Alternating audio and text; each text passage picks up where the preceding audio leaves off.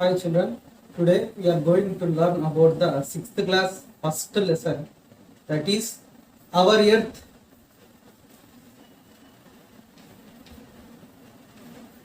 in the solar system.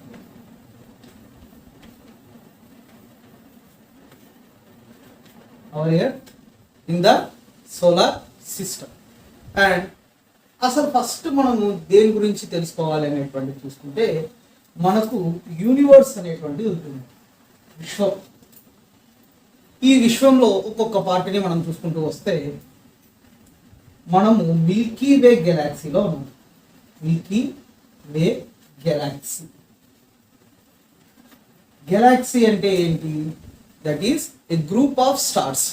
నక్షత్రాల యొక్క సమూహాన్ని మనం గెలాక్సీ అని పిలుస్తాం. అలాంటి గెలాక్సీలు కొన్ని లక్షలు ఉంటాయి.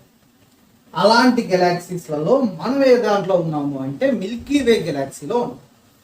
ఈ మిల్కీ వే గెలాక్సీలో మళ్ళీ మనం ఎక్కడున్నాము అంటే సోలార్ సిస్టంలో ఉన్నాం. సోలార్ సిస్టమ్ ఇక్కడ మనం ఉంటూ ఉన్నాం. ఈ సోలార్ సిస్టంలో ఏముంటాయి? చాలా ఉంటాయి. స్టార్స్ ఉంటాయి, ప్లానెట్స్ ఉంటాయి, శాటిలైట్స్ ఉంటాయి, తర్వాత ఆస్ట్రాయిడ్స్,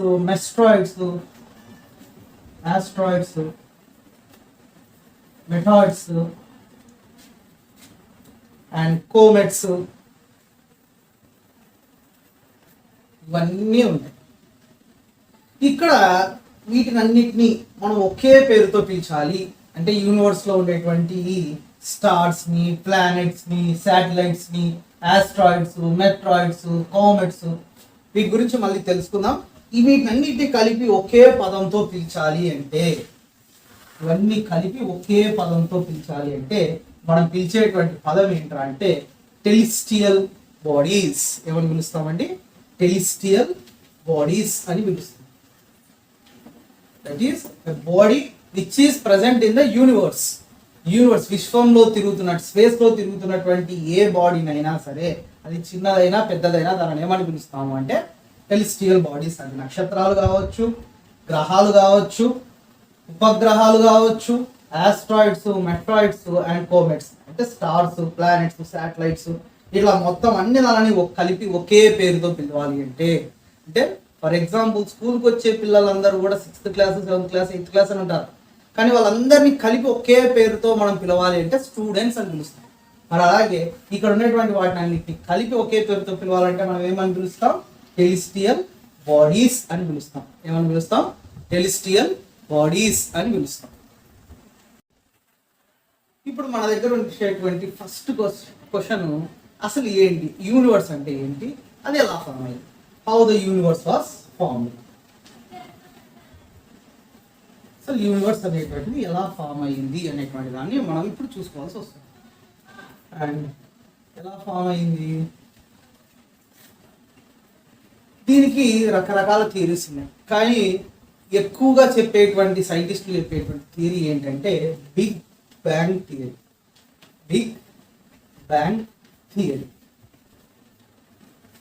అసలు ఏంటి బిగ్ బ్యాంగ్ థియరీ అంటే, యూనివర్స్ అనేది అంతా కూడా ఒక రౌండ్ బాల్ లాగా ఉండేదని, స్టార్స్, ప్లానెట్స్ ఇవన్నీ కలిపి ఒక బాల్ లాగా ఉంటే ఒక్కొక్క సిచ్యువేషన్లో కెమికల్ రియాక్షన్స్ జరిగి ఇవన్నీ కూడా పేలిపోయి, అంటే జస్ట్ లైక్ యాజ్ దీవాళి రోజు మనం పేల్చేటువంటి ఒక బాంబు అంటిస్తేనే ఎలా పేలుతుందో అలా మొత్తం అంతా బ్లాస్ట్ అయిపోయి చిన్న చిన్న పార్ట్స్గా, ఇక్కడ చిన్నది, ఇక్కడ ఒకటి, ఇక్కడ ఒకటి, ఇక్కడ ఒకటి పడిపోయి ఇలా నక్షత్రాలు, ఈ గ్రహాలు అనేటువంటి స్టార్స్, ప్లానెట్స్ అనేవి ఫామ్ అయినాయి అనేటువంటిది మనం చెప్తూ ఉన్నాం. మరి ఇలా ఫామ్ అయినప్పుడు ఇలా సైజుని బట్టి, దానికి ఉండేటువంటి ప్రాపర్టీస్ని బట్టి దానికి కొన్ని పేర్లు పెట్టడం జరిగింది. అలా యూనివర్స్ అనేటువంటిది ఫామ్ అయింది అనేటువంటిది చెప్తున్నాం. Universe is the unlimited space. Limit లేదు, ఎంత ఉంది అనేటువంటిది మనం ఇంతవరకు మెజర్ చేయలేకపోయాం. ఎందుకంటే it is unlimited space which includes the all celestial bodies. అంటే స్పేస్లో ఉండేటువంటి అన్ని గ్రహాల్లో ఉన్నటువంటి మొత్తం అన్ని నక్షత్రాలు వీటన్నిటిని కలిపి అన్లిమిటెడ్ స్పేస్లో పెడితే ఆ స్పేస్ని మనం ఏమంటాము అంటే యూనివర్స్ అని పిలుస్తాం. ఏమని పిలుస్తామండి? యూనివర్స్. మరి ఈ యూనివర్స్ లో ఎన్ని గెలాక్సీస్ ఉన్నాయంటే కొన్ని లక్షలు ఉన్నాయి, thousands of lakhs of galaxies. And దీనిని ఈ గెలాక్సీస్ ని మనం ఏమని పిలుస్తాం? ఇందాక చెప్పినాం మనం, group of stars, cluster of stars. మరి ఈ టెలెస్టియల్ బాడీస్ వీటి గురించి ఇంకొంచెం డెప్త్ గా మనం చూసుకుంటూ పోతాం. మనం ఇందాక చెప్తున్నాం celestial bodies, that the celestial bodies is the objects that is moving in the space. Space లో మూవ్ అయ్యేటువంటి వాటన్నిటిని మనం ఏమని పిలుస్తాము? టెలెస్టియల్ బాడీస్ అనేటువంటి పేరుతో పిలుస్తాం. ఈ టెలెస్టియల్ బాడీస్ తర్వాత మనం నెక్స్ట్ చెప్పుకునేటువంటి టాపిక్ వచ్చేసి గెలాక్సీ. అసలు గెలాక్సీ అంటే ఇంతకు ముందు చెప్పుకున్నట్టుగా it's a group of stars or cluster of stars. It is a huge system of the stars. ఎన్ని రకాలుగా చెప్పుకున్న నక్షత్రాల యొక్క సమూహాన్ని మనం ఏమని పిలుస్తాము అంటే గెలాక్సీ అని పిలుస్తాం. మరి మనం ఇందాక చెప్పుకున్నట్టుగా మనం ఏ గెలాక్సీలో ఉన్నాం? మిల్కీ వే గెలాక్సీలో ఉన్నాం. Milky Way Galaxy. అసలు ఏంటి మిల్కీ వే గెలాక్సీ అంటే? మిల్కీ వే గెలాక్సీ మీన్స్, ఇక్కడ ఎందుకు దీనికి ఆ పేరు వచ్చింది అంటే, మిల్క్ అనేది ఏ కలర్ లో ఉంటుంది? వైట్ కలర్ లో ఉంటుంది. ఇక్కడ ఈ గెలాక్సీలో ఉన్నటువంటి గ్రూప్ ఆఫ్ స్టార్స్ అన్ని కూడా వైట్ కలర్ కి చాలా దగ్గరగా ఉంటుంది. అండ్ ఎందుకు ఇది అంటే, దీనికి ఏన్షియంట్ ఇండియన్ హిస్టరీలో ఒక చిన్న పార్ట్ గా చెప్పుకోవాలనుకుంటే, a white glowing path of the stars crossing the sky. అంటే పైన ఆకాశంలో నుంచి గంగా అనేటువంటి దేవత మూవ్ అవుతున్నట్టుగా, ఆకాశ గంగా అనేటువంటిది వెళ్తూ ఉన్నట్టుగా పురాణాలలో మనం చెప్తూ ఉంటారు ఇండియన్ హిస్టరీలో. దానివల్ల ఈ నక్షత్రాల యొక్క సమూహం ఏర్పడింది అనేటువంటిది చెప్తూ ఉన్నాను. మరి అది ఎంతవరకు నిజం అనేటువంటిది హిస్టరీలో ఉన్నటువంటి చాలా పురాతనమైనటువంటిది, అవసరం లేదు. మనం సింపుల్గా చెప్పుకోవాలంటే, a white glowing path of the stars crossing the sky is called as the Milky Way galaxy. In ancient India it was imagined that the river, that is Akasha Ganga, is flowing through this galaxy. That's why its name has the Milky Way galaxy. ఆకాశ గంగా అనేటువంటి ఉంటుంది కదా, గంగా ఆకాశంలో వెళ్తూ ఈ Galaxy నుంచి వెళ్ళింది అనేటువంటి దాన్ని మనం చెప్తూ ఉన్నారు. అందుకే ఇక్కడ ఉండేటువంటి నక్షత్రాల యొక్క సమూహం, గ్రూప్ ఆఫ్ స్టార్స్ అన్ని కూడా వైట్ కలర్ కి చాలా దగ్గరగా ఉంటాయి. అందువల్ల ఈ గెలాక్సీని ఏమని పిలుస్తాము అంటే మిల్కీ వే గెలాక్సీగా మనం చెప్పుకుంటాం. మరి మిల్కీ వే గెలాక్సీలో మళ్ళీ మనం ఎక్కడున్నాము? సోలార్ సిస్టంలో ఉన్నాం. Solar system. సోలార్ అంటే ఏంటి? Solar means sun. మరి ఎందుకు సోలార్ సిస్టమ్ అని పిలుస్తున్నాం? In this system the sun is the centre of the all celestial bodies. అంటే ఈ గెలాక్సీలో ఉన్నటువంటి ఈ గ్రూప్ ఆఫ్ స్టార్స్ కావచ్చు, ఇక్కడ ఉన్నటువంటి మొత్తం ప్లానెట్స్, శాటిలైట్స్, ఆస్ట్రాయిడ్స్, మెస్ట్రాయిడ్స్, కోమెట్స్, వీటికన్నిటికీ ఏది సెంటర్ గా ఉంటుంది అంటే సన్ ఉంటుంది. అంటే సన్ ఇలా సెంటర్ గా ఉంటే మిగతా అవన్నీ కూడా ఇట్లా చుట్టూ ఉంటాయి. అంటే సన్ ని సెంటర్ చేసుకొని ఇవన్నీ తిరుగుతూ ఉంటాయి అన్నమాట. అండ్ ఇక్కడ మనం చూసుకుంటే there are 8 planets, satellites and other some celestial bodies like asteroids, meteoroids, comets. ఇవన్నీ కూడా ఎలా ఫామ్ అయినాయంటే based on the sun has the centre of the system. Sun ని సెంటర్ చేసుకొని ఇవన్నీ ఫామ్ అయింది. కాబట్టి ఈ సిస్టాన్ని మనం ఏమని పిలుస్తాము అంటే solar system. Solar is nothing but a sun. Sun మధ్యలో ఉంటుంది కాబట్టి దీనికి ఆ పేరు అనేటువంటిది వచ్చింది. And the sun is the centre of the solar system. That is there are many stars. But ఇక్కడ మనకు చాలా స్టార్స్ ఉన్నాయి, కానీ సన్ గురించే మనం ఎందుకు చెప్పుకుంటున్నాం? సన్ ఈజ్ ఎ స్టార్, నక్షత్రం సన్ అనేటువంటిది.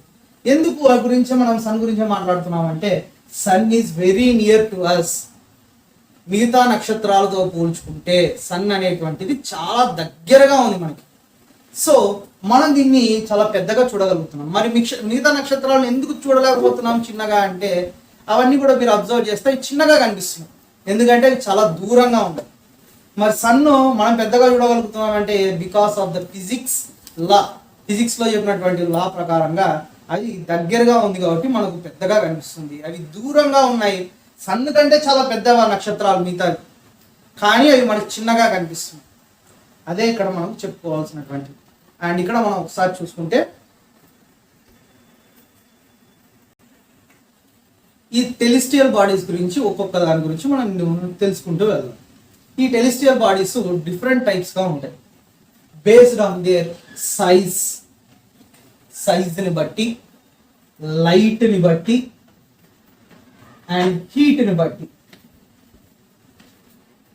Size, light, heat.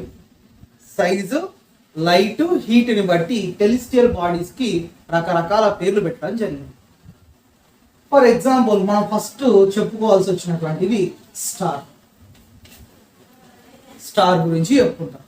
Star is a large in size, చాలా పెద్దగా ఉంటుంది. And it emits the heat. Emits అంటే ఏంది? వదులుతుంది. ఏం వదులుతుంది? లైట్ని వదులుతుంది and at the same time హీట్ని వదులుతుంది. ఎందుకు లైట్ని హీట్ని వదులుతుంది? మనం చెప్పుకున్నాం బిగ్ బ్యాంగ్ థియరీలో పేలిన తర్వాత ఏమైంది? పేలిన తర్వాత అక్కడ కొన్ని పడినాయి కదా, అలా పడిన తర్వాత ఫర్ ఎగ్జాంపుల్ దివాళీ టైంలో మనం పేల్చేటువంటి బాంబులని అలా పేల్చాం అనుకోండి, ఏమవుతుంది? పేలిన తర్వాత అవి చిన్న చిన్న పీసెస్గా అక్కడ కొన్ని పడతాయి. పడిన తర్వాత మీరు అబ్జర్వ్ చేయండి, దానికి అప్పుడే ఇంకా నిప్పురవ్వలు అలాగే ఉంటాయి, మండుతూ ఉంటుంది. అలాగే ఇక్కడ కూడా ఈ స్టార్ పక్కకు వెళ్ళిపోయిన తర్వాత ఏం జరిగింది? ఇంకా మండుతూనే ఉంది. అంటే కొన్ని లక్షల సంవత్సరాల తర్వాత కూడా ఇంకా మండుతూనే ఉంది. మండుతూ ఉండడం వల్ల అదేమి ఇస్తుంది? లైట్ ఇస్తుంది, హీట్ ఇస్తుంది. మీరు కూడా అబ్జర్వ్ చేయండి, పేలిన తర్వాత చిన్న పీసెస్కి నిప్పురవ్వలు ఉండడం వల్ల లైట్ మనకు కనిపిస్తుంది. కాకపోతే చిన్న పీస్ కాబట్టి మనకు హీట్ కనిపించదు. కానీ ఇది చాలా పెద్దది, ఎర్త్ కంటే చాలా పెద్దది. ఆల్మోస్ట్ ఆల్ 13 lakh ఎర్త్ని కలిపితే, 13 లక్షల ఎర్త్లని కలిపితే, భూములని కలిపితే మనకు ఒక సన్ అవుతుంది. అంటే 13 lakhs earth is equal to 1 sun. ఒక సన్గా మనం చెప్పుకుంటాం. మరి అంత పెద్దగా ఇంకా మండుతూనే ఉందంటే అది ఏమి ఇస్తుంది? లైట్ ఇస్తుంది, హీట్ ఇస్తుంది. అలాంటివే ఇక్కడ మనకు stars. And stars are countless. మనం కౌంట్ చేయగలమా? నైట్ పడుకుంటాం చాలా మంది బయటికి వెళ్ళిన తర్వాత, దాన్ని ఒకసారి కౌంట్ చేయండి. దే ఆర్ కౌంట్లెస్, మనం కౌంట్ చేయలేం. అండ్ మరి ఇవి ఎలా తయారు చేయబడ్డాయి? These are made up of the గ్యాసెస్తో మేడ్ చేయబడ్డాయి. Made of gases. ఏ గ్యాసెస్తో? Helium and hydrogen and helium.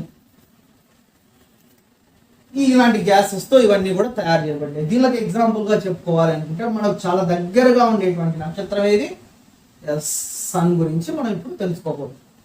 దీని గురించి తెలుసుకుంటే అసలు ఈ స్టార్ అంటే ఏంటి అనేటువంటి దాని గురించి ఇంకా కొంచెం డెప్త్గా మనం తెలుసుకోవచ్చు. మళ్ళీ ఒకసారి చూద్దాం. దీంట్లో ఏమి ఇచ్చినాడు? స్టార్స్ అనేటువంటివి చాలా పెద్దగా ఉంటాయి సైజులో, లార్జ్ ఇన్ సైజ్. అండ్ ఇవేం చేస్తాయి? Emits the light and heat. వేడిని ఇస్తాయి మరియు కాంతిని ఇస్తాయి. అండ్ ఇక్కడ మనకు దీస్ ఆర్ కౌంట్లెస్, కౌంట్ చేయలేము, చాలా ఉంటాయి. అండ్ ఈ స్టార్స్ అన్ని దేంతో తయారు చేయబడ్డాయి? Made up of gases like hydrogen and helium. హైడ్రోజన్తో హీలియంతో తయారు చేయబడ్డాయి. దీనికి ఒక ఎగ్జాంపుల్ చెప్పుకోవాలనుకుంటే మనకు చాలా దగ్గరగా ఉన్నటువంటి స్టార్స్ ఏవి?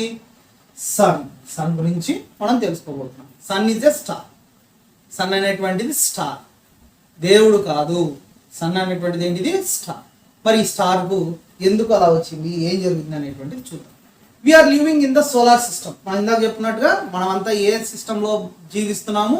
సోలార్ సిస్టంలో జీవిస్తున్నాం. The sun is the centre of the solar system. Sun is the centre of the solar system. Sun అనేటువంటి సిస్టాన్ని మనం పిలుస్తాం సోలార్ సిస్టమ్. సన్ అనేటువంటిది ఏంటిది? Sun is a star. And మరి సన్ స్టార్కి ఏమేమి ఉంటాయి? It is huge in size లేదా లార్జ్ ఇన్ సైజ్, చాలా పెద్దగా ఉంది. ఇంకా ఏమిస్తుంది? లైట్ ఇస్తుంది అండ్ ఇంకా ఏమిస్తుంది? హీట్ ఇస్తుంది. లైట్ అండ్ హీట్ని ఇస్తుంది. అండ్ ఇందాక మనం చెప్పినట్టుగా ఈ సన్ అనేటువంటిది ఎంత ఉంటుంది? 13 lakh ఎర్త్ కలిపితే 1 సన్. 13 లక్షల ఎర్తులను కలిపితే ఏమొస్తుంది, ఒక సన్నుతో సమానం. అంటే ఎర్త్ ఉంది కదా, అలాంటి ఎర్తులు 13 లక్షల ఎర్తులు కలిపితే ఒక సన్, అంటే అంత పెద్దగా ఉంటుంది. అండ్ మరి ఇంకా చూసుకోవాల్సి వస్తే దీస్ ఆర్ మేడప్ ఆఫ్, దీంతో సన్ అనేటువంటి దేంతో తయారైంది, made up of gases like hydrogen and helium. ఎందుకు దీంతో హైడ్రోజన్ హీలియంతో తయారైబడింది, because it is a star. Stars అనేటువంటివి గ్యాసెస్ తో తయారు చేయబడ్డాయి.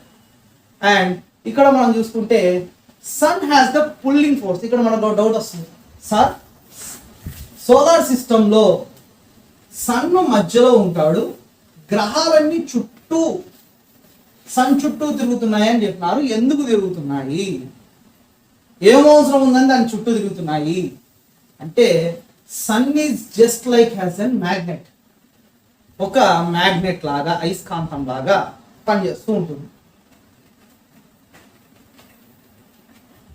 ఇదేం చేస్తుంది, it has the pulling force. తన వైపుకు లాక్కునేటువంటి ఫోర్స్ ఉంటుంది, లాగుతూ ఉంటుంది. గ్రహాలకు కూడా సేమ్, ఇది ఒక పెద్ద మ్యాగ్నెట్ అనుకుంటే, ఈ పెద్ద అయస్కాంతం అనుకుంటే, ఈ గ్రహాలు అనేటువంటి ప్లానెట్స్ అనేటువంటివి చిన్న గ్రహాలు, చిన్న మ్యాగ్నెట్. ఈ చిన్న మ్యాగ్నెట్ కూడా పుల్లింగ్ ఫోర్స్ ఉంటుంది, అంటే లాగేటువంటి గుణం. ఇది లాగుతుంది, ఇది లాగుతుంది. కాబట్టి అది ఎటు పోలేక మధ్యలో ఇలా నిలబడిపోయి ఏం చేస్తుంది, అటు ముందరికి పోలేదు, అటు వెనక్కి రాలేదు. అలా ఏం చేయలేక ఆ ఫోర్స్ లాగడం వల్ల తిరుగుతూ పోతూ ఉంటుంది అన్నమాట. జస్ట్ లైక్ హ్యాస్, ఇప్పుడు మీరు చిన్నప్పుడు ఆడుకొని ఉంటారు, ఒక స్లేట్ పెట్టి లేదా ఒక ప్యాడ్ పెట్టి పైన ఒక మ్యాగ్నెట్ కింద ఒక మ్యాగ్నెట్ పెట్టి తిప్పుతూ ఉంటారు. అప్పుడు ఏస్తుంది, చిన్న మ్యాగ్నెట్ పైన పెట్టి పెద్ద మ్యాగ్నెట్ పైన పెట్టి తిప్పగలిగితే తిరుగుతూ ఉంటుంది. అలాగే ఇక్కడ కూడా ఏం జరుగుతుంది అంటే, ఇక్కడ ఉన్నటువంటి మ్యాగ్నెట్, అంటే ఫర్ ఎగ్జాంపుల్ ఇక్కడ ఎర్త్ అనుకుందాం. ఎర్త్ ఏం చేస్తుంది, లాగుతూ ఉంటుంది. సన్ ఏం చేస్తుంది, ఇది లాగుతుంది. ఇది లాగి అది లాగి అది ఎక్కడికి పోలేక, అంటే ఫర్ ఎగ్జాంపుల్ ఒక కార్ని తీసుకుందాం. ఈ కార్ని వెనకల నుంచి ఒకడు దొబ్బుతున్నాడు, ముందరి నుంచి ఒకడు దొబ్బుతున్నాడు. అదేమవుతుంది, అట్లా ముందరికి పోలేదు, అట్లా వెనక్కి పోలేదు. ఎందుకు, ఇక్కడి నుంచి ఒకడు దొబ్బుతున్నాడు, ఇక్కడి నుంచి ఒకడు దొబ్బుతున్నాడు. కాబట్టి అది ఎక్కడికి పోలేక ఆగిపోతుంది. ఇక్కడ కూడా సేమ్ అదే జరుగుతుంది. ఇక్కడ కూడా ఎర్త్ లాగుతుంది, సన్ను లాగుతుంది. దీనివల్ల ఇది ఎక్కడికి పోలేక అక్కడే ఉండి ఈ ఫోర్స్ వల్ల ఇది అటు పోలేక ఇటు పోలేక ఆగిపోయి దీని చుట్టూ తిరుగుతూ ఉంటుంది. దేని చుట్టూ, ఈ గ్రహాలు దేనికి దగ్గరగా ఉన్నాయో, ఏ నక్షత్రానికి దగ్గరగా ఉన్నాయో ఆ నక్షత్రం చుట్టూ తిరుగుతాయి. అంటే మనకు చాలా దగ్గరగా ఉన్నటువంటి నక్షత్రం ఏది, సన్. కాబట్టి సన్ చుట్టూ ఈ గ్రహాలన్నీ తిరుగుతున్నాయి. కాబట్టి ఈ సిస్టాన్ని మనం ఏమని పిలుస్తాము, సోలార్ సిస్టమ్ అనేటువంటి పేరుతో పిలుస్తాం. That is so that all the planets in the solar system are revolving around the sun. And ఇక్కడ మనం చూసుకుంటే సన్ ఏం చేస్తుంది, లైట్ ఇస్తుంది, హీట్ ఇస్తుంది. మరి దీని చుట్టూ తిరుగుతున్నప్పుడు దీని యొక్క లైట్ ఏ దాని మీద పడుతుంది, ఈ ప్లానెట్స్ మీద పడుతుంది. కాబట్టి ఈ ప్లానెట్స్ కి లైట్ను ఇస్తుంది, హీట్ను ఇస్తుంది. అందుకే మీరు అబ్జర్వ్ చేస్తే మనకు మార్నింగ్ అవుతూనే, ఉదయాన్నే అవుతూనే మనకి ఏమొస్తుంది, లైట్ వస్తుంది. మీరు చూడండి, ఒకసారి మధ్యాహ్నం అట్లా అయ్యేసరికి మనకు బాగా వేడిగా అనిపిస్తుంది. అంటే సూర్యుడి నుంచి వచ్చేటువంటి కిరణాలు ఏం తీసుకొని వస్తాయి, సన్ రేస్ ఏం తీసుకొని వస్తాయి, లైట్ని తీసుకొని వస్తాయి, హీట్ని తీసుకొని వస్తాయి. Light and heat. So sun ఏమని చెప్పొచ్చు, సింపుల్ గా చెప్పాలంటే it is the ultimate source of the light and heat for all the planets in this system. Solar system లో ఉన్నటువంటి అన్ని గ్రహాలకు లైట్ను హీట్ని ఇచ్చేటువంటి సోర్స్ ఏది అంటే సన్. ఎందుకు, సన్కు ఉండేటువంటి గ్రావిటేషనల్ పుల్లింగ్ ఫోర్స్ వల్ల అది లాగుతూ ఉంటుంది, ప్లానెట్స్ లాగుతూ ఉంటాయి. కాబట్టి అది ఎటు పోలేక ఆగిపోయి ఏం చేస్తాయి, దానికి ఇంకా వేరే ఆప్షన్ లేకుండా తిరగాల్సి వస్తుంది, తిరిగేస్తూ ఉంటుంది. అండ్ ఇక్కడ మనం చూసుకుంటే సన్ యొక్క టెంపరేచర్ ఎంత ఉంది అంటే 6000 సెంటీగ్రేడ్ ఉంది. 6000 సెంటీగ్రేడ్. ఇది ఆల్మోస్ట్ ఆల్ మనకు 50 డిగ్రీల సెంటీగ్రేడ్ ఉంటేనే అబ్బా చాలా వేడిగా ఉందిరా అంట. మనము ఇక్కడ చూసుకుంటే చాలా హెవీ టెంపరేచర్ అంటేనే మనకు 100 డిగ్రీ సెంటీగ్రేడ్ అంటేనే చాలా కష్టం. అలాంటిది ఇక్కడ సన్లో ఎంత ఉంటుంది, 6000 డిగ్రీ సెంటీగ్రేడ్ 6000 డిగ్రీల సెంటిగ్రేడ్ ఉంటుంది. సో వీ కెనాట్, మనం ఇక్కడికి పోలేం, చాలా కష్టం, అసలు ఇంపాసిబుల్. మరి ఇంత టెంపరేచర్ ఉన్నా మనం ఎందుకు అంత ఫీల్ కాలేము అంటే, ఈ ఎర్త్ సన్నుని ఒక పొజిషన్ చూసుకుంటే ఇది మరీ దగ్గరగా లేదు, మరీ దూరంగా లేదు. ఎర్త్ అనేది అంటే ఎర్త్ సన్నుకు దగ్గరగా లేదు, దూరంగా లేదు, కరెక్ట్ పొజిషన్లో ఉంది. దట్ ఈస్ ఎంత కిలోమీటర్లో ఉంది అంటే 150 మిలియన్ కిలోమీటర్స్. 150 మిలియన్ కిలోమీటర్స్ అంత దూరంలో ఇది ఉండడం వల్ల మరీ అంత వేడి అనిపించదు మనకి, మరీ అంత వేడి లేకుండా ఉండకుండా ఉంటుంది. అండ్ కరెక్ట్ పొజిషన్లో ఉంది ఏది, ఎర్త్ అనేటువంటి.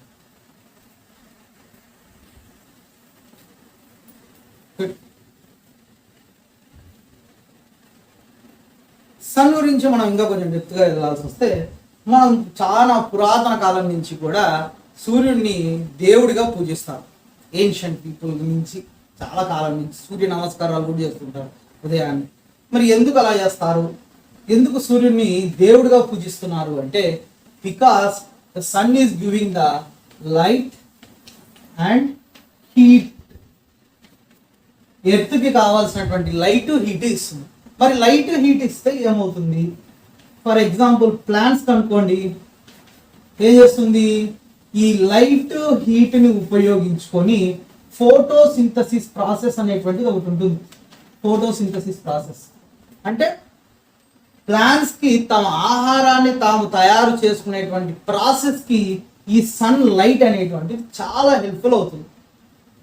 అండ్ మరి మనుషులకు అలాగే ఎనిమల్స్కి, అంటే హ్యూమన్స్కి అలాగే ఎనిమల్స్కి ఎలా ఉపయోగపడుతుంది అంటే, the sunlight helps to kill the harmful bacteria. Harmful బ్యాక్టీరియాని చంపడానికి హెల్ప్ చేస్తుంది. ఎలా, by giving the early rays of the sun. ఉదయాన్నే వచ్చేటువంటి సూర్యుని యొక్క కిరణాలు ఏం తీసుకొని వస్తాయంటే మనకు విటమిన్ డి అనేటువంటి తీసుకొని వస్తుంది. విటమిన్ డి, ఈ విటమిన్ డి మనం రిసీవ్ చేసుకోవడం వల్ల ఈ హార్మ్ఫుల్ బ్యాక్టీరియా ఏదైతే ఉందో, కంటికి కనిపించని సూక్ష్మ క్రిములు ఏవైతే ఉన్నాయో, మైక్రో ఆర్గానిజమ్స్ ఉంటాయి కదా, దానివల్ల మనం చనిపోకుండా, మనకి ఎటువంటి జబ్బులు రాకుండా ఈ సన్లైట్ ఉదయాన్నే మనం రిసీవ్ చేసుకునేటువంటి, ఉదయాన్నే 4 గంటల నుంచి 8 గంటలు ఆ టైంలో తీసుకునేటువంటి సూర్యుడి నుంచి పడేటువంటి కిరణాలు చాలా హెల్తీగా మనకు ఉంటాయి. అందుకే ఈ సైంటిఫిక్గా ఉండేటువంటి దాన్ని చెప్తే చాలా మంది వినరు. కాబట్టి సూర్యుడిని దేవుడిగా చెప్పి సూర్య నమస్కారాలు చేస్తే మనకు చాలా హెల్తీగా ఉంటాము, దేవుడు మన కోరికలు తీరుస్తారని చెప్పి చెప్తారు. అసలు నిజమైనటువంటి కారణం ఏంటి అంటే, ఈ ఉదయాన్నే సూర్య నమస్కారాలు చేయడం వల్ల సూర్యుడి నుంచి వచ్చేటువంటి ఆ లేత కిరణాలు, ఉదయాన్నే మార్నింగ్ వచ్చేటువంటి కిరణాలలో ఏముంటుంది, విటమిన్ డి ఉంటుంది. దానివల్ల మన బాడీ మీద మనకు తెలియకుండా ఈ డస్ట్, దీనివల్ల వచ్చేటువంటి స్మోక్, దానివల్ల ఏర్పడినటువంటి హార్మ్ఫుల్ బ్యాక్టీరియా ఏదైనా ఉంటే అదంతా కూడా ఏం జరుగుతుంది, ఈ డి విటమిన్ నుంచి మనం రిసీవ్ చేసుకున్నటువంటి దానివల్ల ఈ హార్మ్ఫుల్ బ్యాక్టీరియా అంతా కూడా చనిపోతుంది. దానివల్ల హ్యూమన్స్ కావచ్చు, ఎనిమల్స్ కావచ్చు, హెల్తీగా ఉండేటువంటి దానికి బాగా పనికి వస్తుంది. మరి అసలు ఇక్కడ మనకు డౌట్ రావచ్చు, మనకు రావాలి, ఏంటి ఆ doubt sir?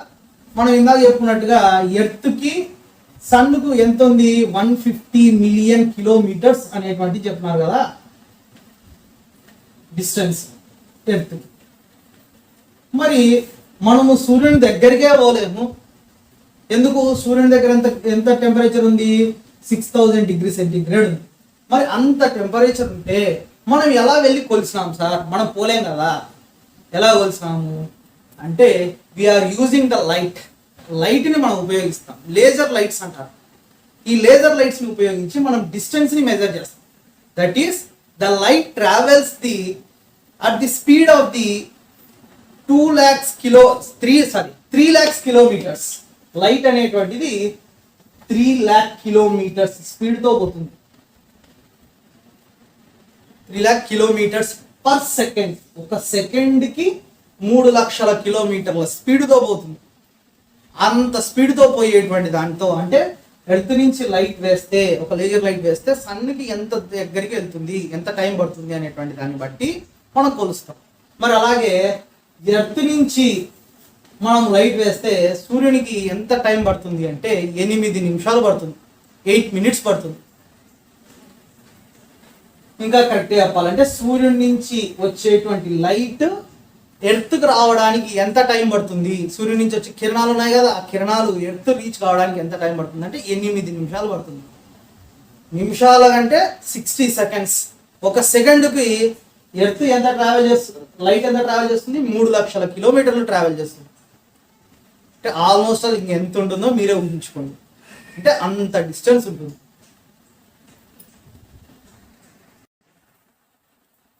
Now we are going to learn about the second topic, that is planets, grahalu. These are small in size when compared to the stars. Stars తో పోల్చుకుంటే దీని సైజు చిన్నది. మరి దీన్ని లైట్ అండ్ హీట్ ఉండదు. There is no light and heat. లైట్ని హీట్ని ఇది ప్రొడ్యూస్ చేయదు, ఎందుకంటే ఇవి ఆరిపోయినాయి. అంటే ఇందాక చెప్పుకున్నాం కదా, బిగ్ బ్యాంగ్ థియరీలో పడిపోయినాయి అక్కడ కొన్ని అక్కడ కొన్ని, ఇంకా నిప్పు రవ్వలు మండుతూ ఉన్నటువంటి దానిని స్టార్స్గా చెప్తున్నాం. పడిపోయి ఆరిపోయినటువంటి దాన్ని అంటే కొంతసేపు మండి ఆరిపోయినటువంటి వాటిని మనం ఏమంటున్నాం, ప్లానెట్స్ అంటాం. దానివల్ల ఇప్పుడు మనం చూసుకుంటే ఆరిపోయినాయి ఇవన్నీ, అంటే కొన్ని సంవత్సరాలు బాగా మండి ఆరిపోయినాయి. అలా ఆరిపోయినాయి కాబట్టి ఇప్పుడు దీని దగ్గర ఏం లేదు, లైట్ లేదు, హీట్ లేదు. They has no light and heat. దీన్ని కౌంట్ చేయొచ్చు, కౌంటబుల్. ఎన్ని ఉన్నాయి అంటే 8 planets ఉన్నాయి, 8 planets, 8 గ్రహాలు ఉన్నాయి. And these are made up of the rocks and gases. దేంతో తయారు చేయబడుతున్నారు దీన్ని అంటే made of gases and rocks. రాళ్లతో మరియు గ్యాసెస్తో దీన్ని తయారు చేయబడ్డాయి. అండ్ దీనికి ఒక ఎగ్జాంపుల్ చెప్పుకోవాల్సి వస్తే, మనము ఎక్కువ లైవ్ ఎగ్జాంపుల్ తీసుకుంటే ఎర్త్ని తీసుకోవచ్చు. ఎర్త్ అనేటువంటిది గ్రహం. అంటే ఎర్త్ అనేది కొన్ని లక్షల సంవత్సరాల వరకు మండుతూనే ఉండేది, తర్వాత ఏమైపోయింది, ఆరిపోయింది. కాబట్టి ఇప్పుడు దీన్ని ఏమని పిలుస్తాము, ప్లానెట్ అని పిలుస్తాం. మరి ఎర్త్ని చూసుకుంటే స్మాల్ ఇన్ సైజ్, ఎర్త్లో లైట్ లేదు, హీట్ లేదు. అండ్ ఇక్కడ ఈ ప్లానెట్స్ని కౌంట్ చేయొచ్చు. ఎన్ని ఉన్నాయి, 8 planets ఉన్నాయి. అండ్ ఈ ప్లానెట్స్ అన్ని దేంతో తయారు చేయబడ్డాయి, గ్యాసెస్తో, రాక్స్తో తయారు చేయబడ్డాయి. ఎగ్జాంపుల్ తీసుకుంటే ఎర్త్ని తీసుకుంటాం. అండ్ ఇలా మొత్తం అంతా కూడా చూసుకుంటే ఎర్త్ అనేటువంటి దాన్ని ఇంకొక పేరుతో కూడా పిలుస్తాం, that is blue planet, watery planet అని కూడా పిలుస్తాం. ఏమని పిలుస్తాం, బ్లూ ప్లానెట్ లేదా వాటరీ ప్లానెట్. ఎందుకు బ్లూ ప్లానెట్ అంటాం, వాటరీ ప్లానెట్ అంటాం?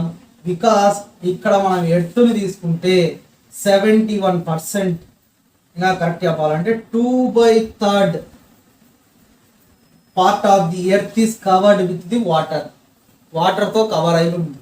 అండ్ ఇక్కడ మనం చూసుకుంటే పైకి వెళ్ళి చూసినాం అనుకోండి, ఎర్త్ మీద ఉండేటువంటి వాటర్ అంతా బ్లూ కలర్లో కనిపిస్తాయి. ఎందుకు అట్లా కనిపిస్తాయి, ఎందుకు అంటే అక్కడ ఉన్నటువంటి సముద్రాల మీద ఎటువంటి రూఫ్ కానీ ఏ అడ్డం కానీ లేదు. కాబట్టి సముద్రానికి పైన ఏముంటుంది, బ్లూ కలర్లో ఉండేటువంటి ఆకాశం ఉంటుంది, స్కై ఉంటుంది. కాబట్టి ఆ సముద్రాలన్నీ కూడా ఏ కలర్లో కనిపిస్తాయి అంటే బ్లూ కలర్లో కనిపిస్తాయి. కాబట్టి ఎక్కువ వాటర్ ఉన్నది కాబట్టి 71% ఉంది కాబట్టి ఎర్త్ అంతా కూడా ఎక్కువ ఏ కలర్లో కనిపిస్తుంది అంటే బ్లూ కలర్లో కనిపిస్తుంది. కాబట్టి ఎర్త్ని ఏ ప్లానెట్ అని పిలుస్తాం, వాటరీ ప్లానెట్ అని, బ్లూ ప్లానెట్ అని పిలుస్తాం. అర్థమైందా అండి? బ్లూ ప్లానెట్ అని, ఎర్త్ వాటరీ ప్లానెట్ అని పిలుస్తాం. ప్లానెట్స్ గురించి ఇంకో కొంచెం డెప్త్గా తెలుసుకుందాం. ప్లానెట్స్ ఎన్ని ఉన్నాయి, 8 ఉన్నాయి. 8 planets ఉన్నాయి. ఈ 8 planets ఏవేవి, Mercury, Venus, Earth, Mars, Jupiter, Saturn, Uranus and Neptune. ఇలా మొత్తం ఉన్నాయి 8. 1 2 3 4 5 6 7 8 planets. వీటిని గుర్తుపెట్టుకోవడానికి మన టెక్స్ట్ బుక్లో ఒక చిన్న కొండ గుర్తు లాంటిది ఒకటి ఇచ్చినాడు, చిన్నది. ఏంటిది అది? My very educated mother just serve us noodles. ఈ లైన్ ని గుర్తుపెట్టుకుంటే ఈ 8 ప్లానెట్స్ ని మనం గుర్తుపెట్టుకోవచ్చు. ఎలా? మైలో ఎం, వెరీలో వి. ఎం అంటే మెర్క్యూరీ, వి అంటే వీనస్, ఈ అంటే ఎడ్యుకేటెడ్ లో ఈ అంటే ఎర్త్. అంటే ఫస్ట్ లేటెస్ట్ ని తీసుకోవాలి. మదర్ అంటే మార్స్, జస్ట్ అంటే జూపిటర్, ఎస్ అంటే సాట్రోన్, యు అంటే యురనస్, అండ్ నెక్స్ట్ వన్ నూడిల్స్ లో ఎన్ అంటే Neptune.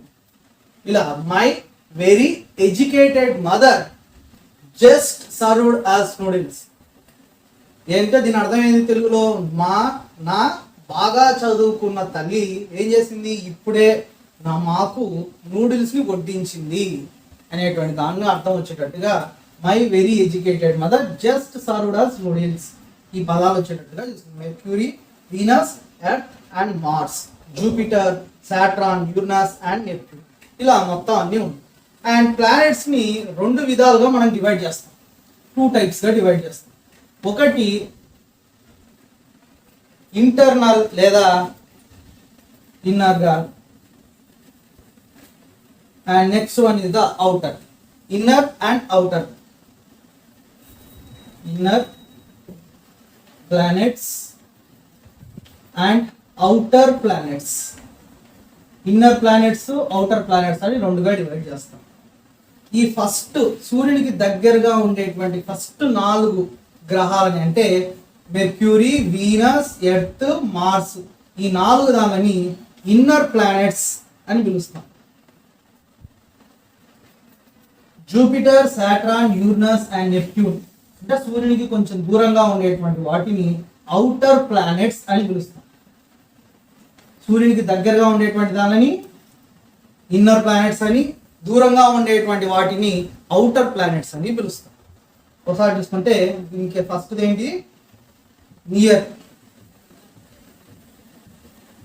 Near to the sun. సూర్యునికి దగ్గరగా ఉంటాయి. ఇవి సూర్యునికి దూరంగా ఉంటాయి. Away to the sun. And these are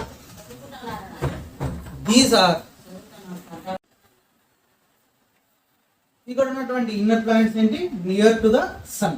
మరి ఇవి అవే ఫ్రమ్ ద సన్.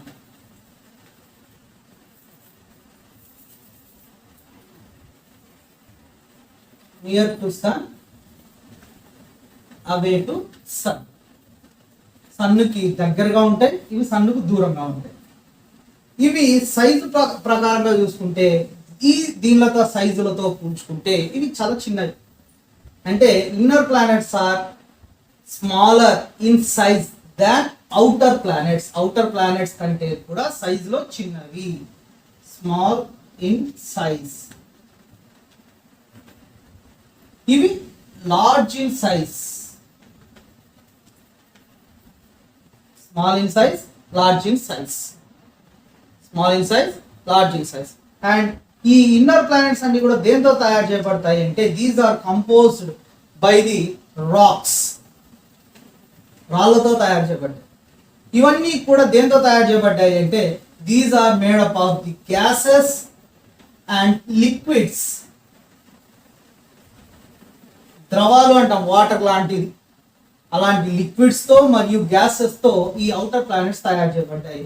రాళ్లతో గ్యాసెస్ తో అలాగే రాళ్లతో తయారు చేయబడ్డవి ఏంటివి అంటే inner planets, gases and rocks. And these are by made up of the gases and liquids. Gases, liquids తో తయారు చేయబడ్డాయి. అండ్ ఇక్కడ ఇంకా కొన్ని విషయాలను మనం తెలుసుకోబోతున్నాం. Nearest to the sun. ఈ మొత్తం 8 గ్రహాలలో చాలా దగ్గరగా ఉండేటువంటి, సన్నుకు దగ్గరగా ఉన్నటువంటిది ఏంటిది అంటే మెర్క్యూరీ. ఫస్ట్ ఉండేది అదే. అండ్ దూరంగా ఉండేది ఫారెస్ట్ టు ద సన్, సన్నుకు దూరంగా ఉండేటువంటిది ఏంటిది? నెప్ట్యూన్. అండ్ బిగ్గెస్ట్ వన్ అంటే ఉన్న గ్రహాలలో చాలా పెద్దగా అయినటువంటి గ్రహం సైజులో చూసుకుంటే జూపిటర్. అండ్ స్మాలెస్ట్ వన్ చాలా చిన్నది ఏంటిది అంటే మెర్క్యూరీ. అండ్ ఎర్త్కి ట్విన్ అంటే కమలుగా, అంటే సేమ్ ఎర్త్ ఎలా ఉందో అలాగే సైజులో కావచ్చు and at the same time షేప్లో కావచ్చు. సేమ్ ఎర్త్ లాగానే ఉండేటువంటి ఇంకొక గ్రహం ఏది అంటే వీనస్. అందుకే దీన్ని ఎర్త్ ట్విన్ అంటే ఎర్త్ యొక్క కమలాలుగా మనం చెప్పుకుంటాం. That is the Venus size and shape was similar to the earth. Venus యొక్క సైజు షేప్ ఎలా ఉంటుంది? ఇంచుమించుగా ఎర్త్ లాగానే ఉంటుంది. కాబట్టి ఎర్త్ యొక్క ట్విన్ గా ఏదాన్ని చెప్పుకుంటాము అంటే వీనస్ ని మనం చెప్పుకుంటాం. అండ్ ఇక్కడ మనం చూసుకుంటే ఒకసారి మనం చూసుకుంటే 8 ప్లానెట్స్ అని పిలుస్తాం. నిజానికి మనకి ఎన్ని ప్లానెట్స్ ఉన్నాయి అంటే 9 ప్లానెట్స్ ఉండేది. ఎప్పటి వరకు? 2006 ఆగస్టు వరకు ఉండేది. కానీ ఏమైంది? 2006 ఆగస్టు తర్వాత 9 ప్లానెట్స్ కాస్త 8 ప్లానెట్స్ అయింది. మరి 9th ప్లానెట్కి ఏమైపోయింది?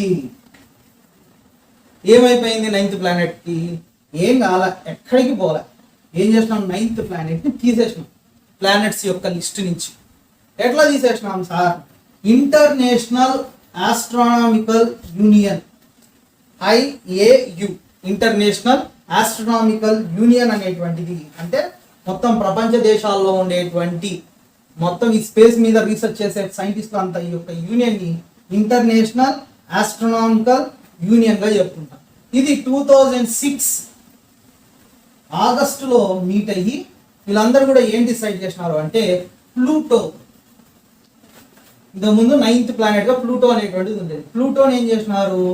దీన్ని తీసేసినారు ప్లానెట్స్ యొక్క లిస్ట్ నుంచి. ఎందుకంటే ప్లూటో ఈజ్ ద డ్రావెన్ ప్లానెట్. అంటే ప్లానెట్ కి ఉండాల్సిన లక్షణాలు ఏమీ లేవు దానికి. మరి అలాంటప్పుడు దాన్ని ప్లానెట్ గా ఎలా చెప్తాము అని చెప్పి వీళ్ళంతా డిస్కస్ చేసి 2006 ఆగస్టులో వీళ్ళంతా ఏకగ్రీవంగా అందరూ డిసైడ్ అయ్యి ప్లూటోని ఏం చేసినారు? దీనికి ప్లానెట్ కి ఉండాల్సిన లక్షణాలు ప్రాపర్టీస్ ఏవీ లేవు, ప్లానెట్ కి ఉండే ప్రాపర్టీస్ ఏమి లేవు అని చెప్పేసి తీసేసినారు. అప్పటి నుంచి మనకు 9 ప్లానెట్స్ కాదు, ఏమున్నాయి? 8 ప్లానెట్స్ మాత్రమే ఉన్నాయి. ఇప్పుడు మనం ఎర్త్ గురించి ఇంకా కొంచెం డెప్త్గా తెలుసుకుందాం. Earth is the third nearest planet to sun. సన్కు 3వ ప్లేస్లో ఉంది. అంటే ఫస్ట్ మెర్క్యూరీ, తర్వాత ఏమొస్తుంది? వీనస్, తర్వాత ఏమొస్తుంది?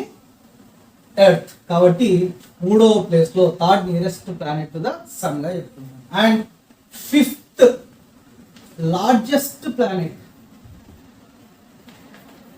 అంటే సైజ్లో చూసుకుంటే 5వ ప్లేస్లో ఉంది. And it is flat and ఇది రౌండ్గా ఉంది.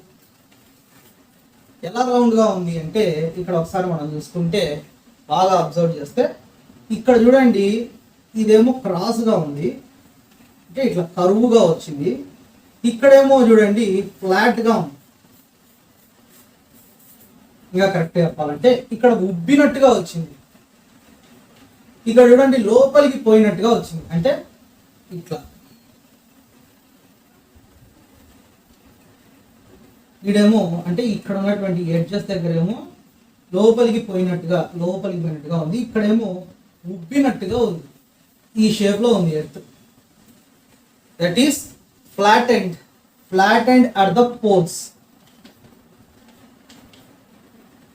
ఇలాంటి పోల్స్ అంటాం, flat and at poles. And the bulges అంటే ఉబ్బినట్టుగా ఎక్కడ ఉంది? ఈక్వేటర్ దగ్గర ఉంది.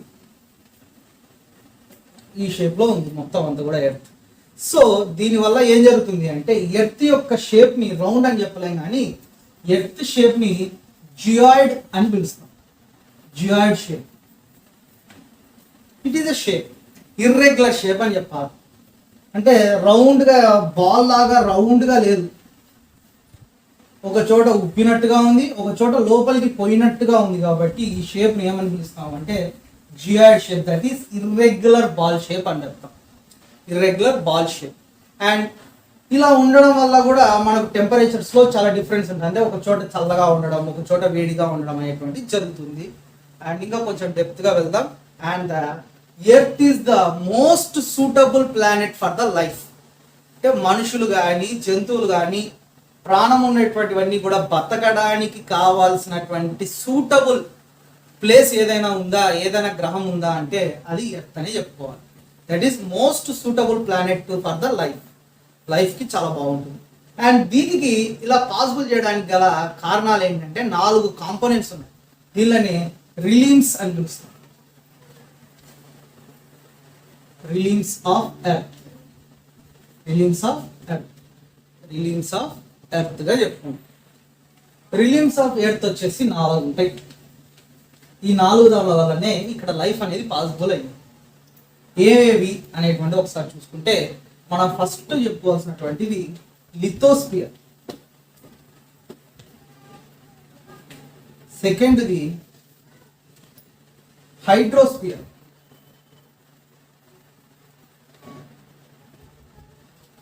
థర్డ్ది అట్మాస్ఫియర్, ఫోర్త్ది బయోస్ఫియర్. ఏమున్నాయండి? 4 స్పియర్స్ ఉన్నాయి. ఎర్త్ మీద లైఫ్ అనేది పాసిబుల్ ఎలా అయింది అంటే 4 స్పియర్స్ వల్ల, 4 రిలీమ్స్ వల్ల పాసిబుల్ అయింది. కాంపోనెంట్స్ గా 4 కాంపోనెంట్స్ గా కూడా చెప్పుకోవచ్చు. ఏంటి ఆ 4 కాంపోనెంట్స్ అంటే? Lithosphere, hydrosphere, atmosphere, biosphere. ఈ 4 ఉండడం వల్లనే ఎర్త్ మీద మనకు లైఫ్ అనేది పాసిబుల్ అయింది. ఒక్కొక్క దాని గురించి తెలుసుకున్నాం. లిథో అంటే ఇంకా కరెక్ట్గా చెప్పాలంటే layer of land, layer of land. Hydrosphere is layer of water, layer of water. Atmosphere layer of air. Biosphere layer of life. ఇలా 4 దాని చెప్పుకోవచ్చు. అంటే లిథోస్పియర్ అనేది ల్యాండ్ గురించి చెప్తుంది, హైడ్రోస్పియర్ వచ్చేసి వాటర్ గురించి, అట్మాస్ఫియర్ ఎయిర్ గురించి, బయోస్ఫియర్ లైఫ్ ప్రాణం గురించి చెప్పుకుంటాం. ఇలా లేయర్ ఆఫ్ ల్యాండ్గా లిథోస్పియర్ని, లేయర్ ఆఫ్ వాటర్గా హైడ్రోస్పియర్ని, లేయర్ ఆఫ్ ఎయిర్గా అట్మాస్ఫియర్ని, లేయర్ ఆఫ్ లైఫ్గా బయోస్ఫియర్ని మనం చెప్పుకుంటాం. అండ్ ఇక్కడ మనం చూసుకుంటే ఇట్ ఈస్ ద ల్యాండ్, మనం నివసించేటువంటి ల్యాండ్. మనము బిల్డింగ్లు కడతా ఉన్నాం, మనము నడుస్తూ ఉన్నాం, పరిగెడతా ఉన్నాం, ఆడుకుంటున్నాం, అలాంటి ల్యాండే lithosphere. It is the solid out layer, solid outer layer. Solid out layer అంటే ఎలా ఉంటుంది? గట్టిగా ఉంటుంది, అంతే కదా. మనం నడుస్తున్నటువంటి భూమి అంతా కూడా మెత్తగా ఉందా? లేదు, చాలా గట్టిగా ఉంది. అందుకే మనం పరిగెడుతగలుగుతున్నాం, నడవగలుగుతున్నాం, ఇదంతా కూడా. అండ్ ఇక్కడ మనం చూసుకుంటే ఇదంతా కూడా దేంతో తయారు చేయబడింది అంటే రాక్స్ అండ్ సాయిల్, రాక్స్ మరియు సాయిల్స్ తో తయారు చేయబడింది. ఇది లిథోస్పియర్. ఇది ఉండడం వల్లనే మనం ఇక్కడ ఉండగలుగుతున్నాం. Hydrosphere water and water bodies, మనకు ఉన్నటువంటి ఓషన్స్, సీస్, లేక్స్, వీటన్నిటిని, అందులో ఉండేటువంటి వాటిని అన్నిటిని కలిపి మనం ఏమని పిలుస్తాము అంటే హైడ్రోస్పియర్గా చెప్పుకుంటాం. వాటర్ అనేది కంపల్సరీ మనం నివసించడానికి, ల్యాండ్ అనేది కూడా compulsory. Next one is the atmosphere, that is air. మనం పీల్చుకునేటువంటి O2 ఆక్సిజన్, వదిలేటువంటి CO2, మొక్కలకు కావాల్సినటువంటి NO2 that is nitrogen, oxygen, ఇట్లాంటివన్నీ కూడా మనకు అట్మాస్ఫియర్లోనే ఉన్నాయి. అంటే గాలి వల్లనే ఇవన్నీ వస్తుంది. And next one is the biosphere, that is the living organisms. ఏ లివింగ్ ఆర్గానిజం? ప్రాణమున్న ప్రతి వాటిని, అంటే కంటికి కనిపించేటివి, కంటికి కనిపించనివి, పక్షులు కావచ్చు, ఇన్సెక్ట్స్ కావచ్చు, ఎనిమల్స్ కావచ్చు, హ్యూమన్స్ కావచ్చు, మైక్రో ఆర్గానిజమ్స్ కావచ్చు, వైరస్, బ్యాక్టీరియా, ఇవి ఏవైనా కావచ్చు, ఎక్కడైనా సరే ప్రాణం కలవాలి అంటే ఇవన్నీ కూడా మనకు అవుతుంది. That is it is a combination of the land plus water plus air. Land లో, వాటర్ లో, అంటే లిథోస్పియర్ లో, హైడ్రోస్పియర్ లో, అట్మాస్ఫియర్ లో. లిథోస్పియర్ లో ఉండేటువంటి ప్రాణులు, ఎగ్జాంపుల్ హ్యూమన్స్, ఎనిమల్స్, వీటిని. హైడ్రోస్పియర్ లో ఉండేటువంటివి ఏంటివి? చేపలు. అలాగే అట్మాస్ఫియర్ లో ఉండేటువంటి ప్రాణులు, పక్షులు. ఇట్లాంటి ఈ 3 దానికి ఏది కావాలి అంటే ముందు బయోస్పియర్ కావాలి, అంటే లైఫ్ అనేటువంటి చాలా కావాలి. ఇవన్నీ ఈ లిథోస్ఫియర్, హైడ్రోస్ఫియర్, అట్మాస్ఫియర్, బయోస్ఫియర్ ఈ 4 ఉంటేనే ఎర్త్ అనేటువంటిది సర్వైవ్ కాగలుగుతుంది, అంటే సపోర్ట్ చేయగలుగుతుంది. మరి ఇక్కడ మనకు ఒక డౌట్ రావచ్చు, సార్ ఇవన్నీ ఎర్త్లో ఉన్నాయి బాగానే ఉంది, మరి మిగతా గ్రహాలలో ఎందుకు మనుషులు లేరు, కేవలం ఎర్త్లో మాత్రమే ఎందుకున్నారు అనేటువంటి విషయాన్ని ఇప్పుడు మనం చూస్తాం. ఎందుకు దట్ ఈస్ ఇక్కడ చూడండి, why life is not possible in other planets like Earth. Earth మీద లాగా మిగతా గ్రహాలలో ఎందుకు మనుషులు లేరు? ఒకే కారణం, that is no suitable climate or the temperature. Correct temperatures లేవు, అంటే మనిషి జీవించడానికి కావాల్సినటువంటి వాతావరణం, అది వేడిగా ఉండాలా చల్లగా ఉండాలనేటువంటిది లేదు ఇక్కడ. అంటే కొన్ని గ్రహాలలో బాగా వేడిగా ఉంది, కొన్ని గ్రహాలలో బాగా చల్లగా ఉంది. మనిషి బతకలేనంత వేడిగా, మనిషి బతకలేనంత చల్లగా ఉంది. కానీ ఎర్త్లో అలా కాదు, నార్మల్ టెంపరేచర్స్ ఉన్నాయి, సూటబుల్ టెంపరేచర్స్ ఉన్నాయి లైక్. అండ్ ఇక్కడ మనకు అంతేకాకుండా మిగతా గ్రహాలలో దెర్ ఈస్ నో వాటర్ లేదు, తాగడానికి కావాల్సినటువంటి వాటర్ లేదు. And they don't have the oxygen కూడా లేదు. మరి ఏం పీల్చుకొని బతుకుతారు? కాబట్టి ఇవన్నీ లేవు. మరి ఎర్త్లో చూసుకుంటే టెంపరేచర్ కరెక్ట్గా ఉంది, వాటర్ ఉంది, ఆక్సిజన్ ఉన్నాయి, ఇవన్నీ ఉండడం వల్ల మనకి ఇవన్నీ కూడా పాసిబుల్ అవుతుంది. కానీ ఇప్పుడు మనకు చాలా మటుకు అబ్జర్వ్ చేస్తే ఎర్త్లో పొల్యూషన్ ఎక్కువ జరుగుతూ ఉంది. అంటే మనం ఫ్యాక్టరీస్ నుంచి వదిలేటువంటి పొగ కావచ్చు, మనం వెహికల్స్ నుంచి వదిలేటువంటి పొగ వల్ల చాలా ఏం జరుగుతున్నాయి, పొల్యూషన్స్ ఎక్కువ అవుతుంది. దానివల్ల ఏం జరుగుతుంది, ఇలాగే పొల్యూషన్స్ అన్ని పెరుగుతూ పోతే మనకి ఏం జరుగుతాయంటే మెనీ డిసీజెస్ వస్తాయి, చాలా రకాలైనటువంటి జబ్బులు వస్తాయి, చాలా డిసీజెస్. అండ్ కొన్ని రోజులకు ఏమవుతాం, అందరం కూడా చనిపోతాం. లీడ్స్ టు డెత్, చనిపోయేటువంటి అవకాశాలు ఉంటాయి. And it may be a dangerous, అంటే రాబోయే తరాల వాళ్ళకందరికీ కూడా డేంజరస్ గా మారిపోతుంది ఫర్ ఫ్యూచర్ జనరేషన్స్.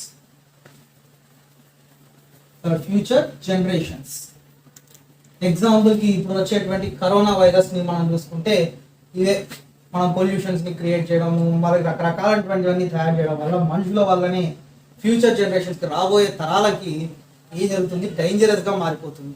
అండ్ ఇది ఎంతగా మారిపోతుంది, ఈ పొల్యూషన్స్ ఎక్కువైపోతాయి అంటే రాను మనిషి అనేవాడు భూమి మీద బతకలేనంతగా మారిపోతా ఉంది. So we have to aware about the pollution and we have to decrease the pollution. Awareness తెలుసుకోవాలి, పొల్యూషన్ అంటే ఏంటి, దాన్ని ఎలా తగ్గించుకోవాలనేటువంటి దాన్ని కూడా తెలుసుకొని మనం వీలైన. Now the next topic is the satellites గురించి తెలుసుకుందాం. మరి శాటిలైట్స్ అనేటువంటివి ఏంటి?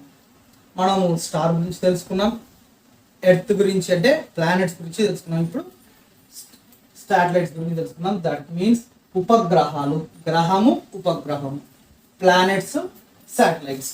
మరి శాటిలైట్స్ ఏంటి? These are also known as celestial bodies that is moving around the planets.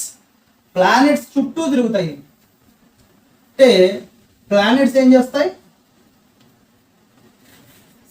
Stars చుట్టూ తిరుగుతాయి. శాటిలైట్స్ ఏం చేస్తాయి, ప్లానెట్స్ చుట్టూ తిరుగుతాయి. అర్థమైందండి? ప్లానెట్స్ ఏం చేస్తాయి, గ్రహాలు నక్షత్రాల చుట్టూ తిరుగుతాయి. అలాగే శాటిలైట్స్ కూడా ఏం చేస్తాయి, గ్రహాల చుట్టూ తిరుగుతాయి, ప్లానెట్స్ చుట్టూ తిరుగుతాయి. ఎగ్జాంపుల్కి ఎర్త్ అనేటువంటిది ప్లానెట్, మూన్ అనేటువంటిది శాటిలైట్. మరి మూన్ అనేది ఏం చేస్తుంది, ఎర్త్ చుట్టూ తిరుగుతుంది. ఎందుకు ఎర్త్ చుట్టే తిరగాలి, వేరే గ్రహాల చుట్టూ ఎందుకు తిరగడం లేదు అంటే because the earth is near to the moon. Earth అనేది మూన్కి చాలా దగ్గరగా ఉంది. అండ్ మీకు ఒకటి చెప్పినాను, ఏంటిది, ఎర్త్ హ్యాస్ గ్రావిటేషనల్ ఫోర్స్, ఇది లాగుతూ ఉంటుంది. మూన్ కూడా ఉంటుంది గ్రావిటేషనల్ ఫోర్స్, అది లాగుతూ ఉంటుంది. కాబట్టి అది ఏం చేస్తుంది, అటు ముందరికి రాలేక అటు వెనక్కి పోలేక ఏం చేస్తుంది, తిరుగుతుంది. ఏ దాని చుట్టూ తిరుగుతుంది అంటే ఏదైతే దగ్గరగా ఉంటుందో దాని చుట్టూ. కాబట్టి మూన్కి దగ్గరగా ఉంది ఏది ఉంది, ఎర్త్ ఉంది. కాబట్టి ఎర్త్ చుట్టూ మూన్ తిరుగుతుంది. ఇలా మొత్తం అంతా కూడా జరుగుతూ ఉంటుంది. అండ్ ఇక్కడ ఈ బాడీస్ అన్నిటిని కూడా చూసుకుంటే ఈ శాటిలైట్స్, ఈ శాటిలైట్స్ అనేటువంటివి ప్లానెట్స్ కన్నా చిన్నవి. అండ్ ప్లానెట్స్ కన్నా కూడా చిన్నగా ఉన్నాయి కాబట్టి ప్లానెట్స్ కంటే కూడా చిన్న గ్రావిటేషనల్ ఫోర్స్ ఉంటుంది. అంటే అయస్కాంత శక్తి మ్యాగ్నెటిక్ ఫోర్స్ కూడా చాలా తక్కువగా ఉంటుంది. మరి అలాగే ఇక్కడ మనం చూసుకుంటే ప్లానెట్స్, ఈ శాటిలైట్స్ అనేటువంటి వాటిని 2 రకాలుగా డివైడ్ చేస్తాం, 2 టైప్స్గా డివైడ్ చేస్తాం. ఏంటివి అంటే first one natural satellites, second one is man made satellites. Natural satellites and man made శాటిలైట్స్గా 2 విధాలుగా మనం డివైడ్ చేస్తాం. న్యాచురల్ శాటిలైట్స్ అంటే సహజంగా ఏర్పడినవి, ఎవరు తయారు చేయాలి, బై నేచర్గా ఏర్పడినటువంటి. మ్యాన్ మేడ్ అంటే పేరులోనది మ్యాన్ మేడ్, మనుషులు తయారు చేసినటువంటి శాటిలైట్స్ అనేటువంటివి ఉన్నాయి. న్యాచురల్ శాటిలైట్స్ని తీసుకుంటే మనం చెప్తున్నాం కదా ఏం జరుగుతుంది, న్యాచురల్గా ఫామ్ అయినటువంటివి. అవి ఏ దానికి దగ్గరగా ఉంటాయో ఆ గ్రహం చుట్టూ తిరుగుతూ ఉంటాయి.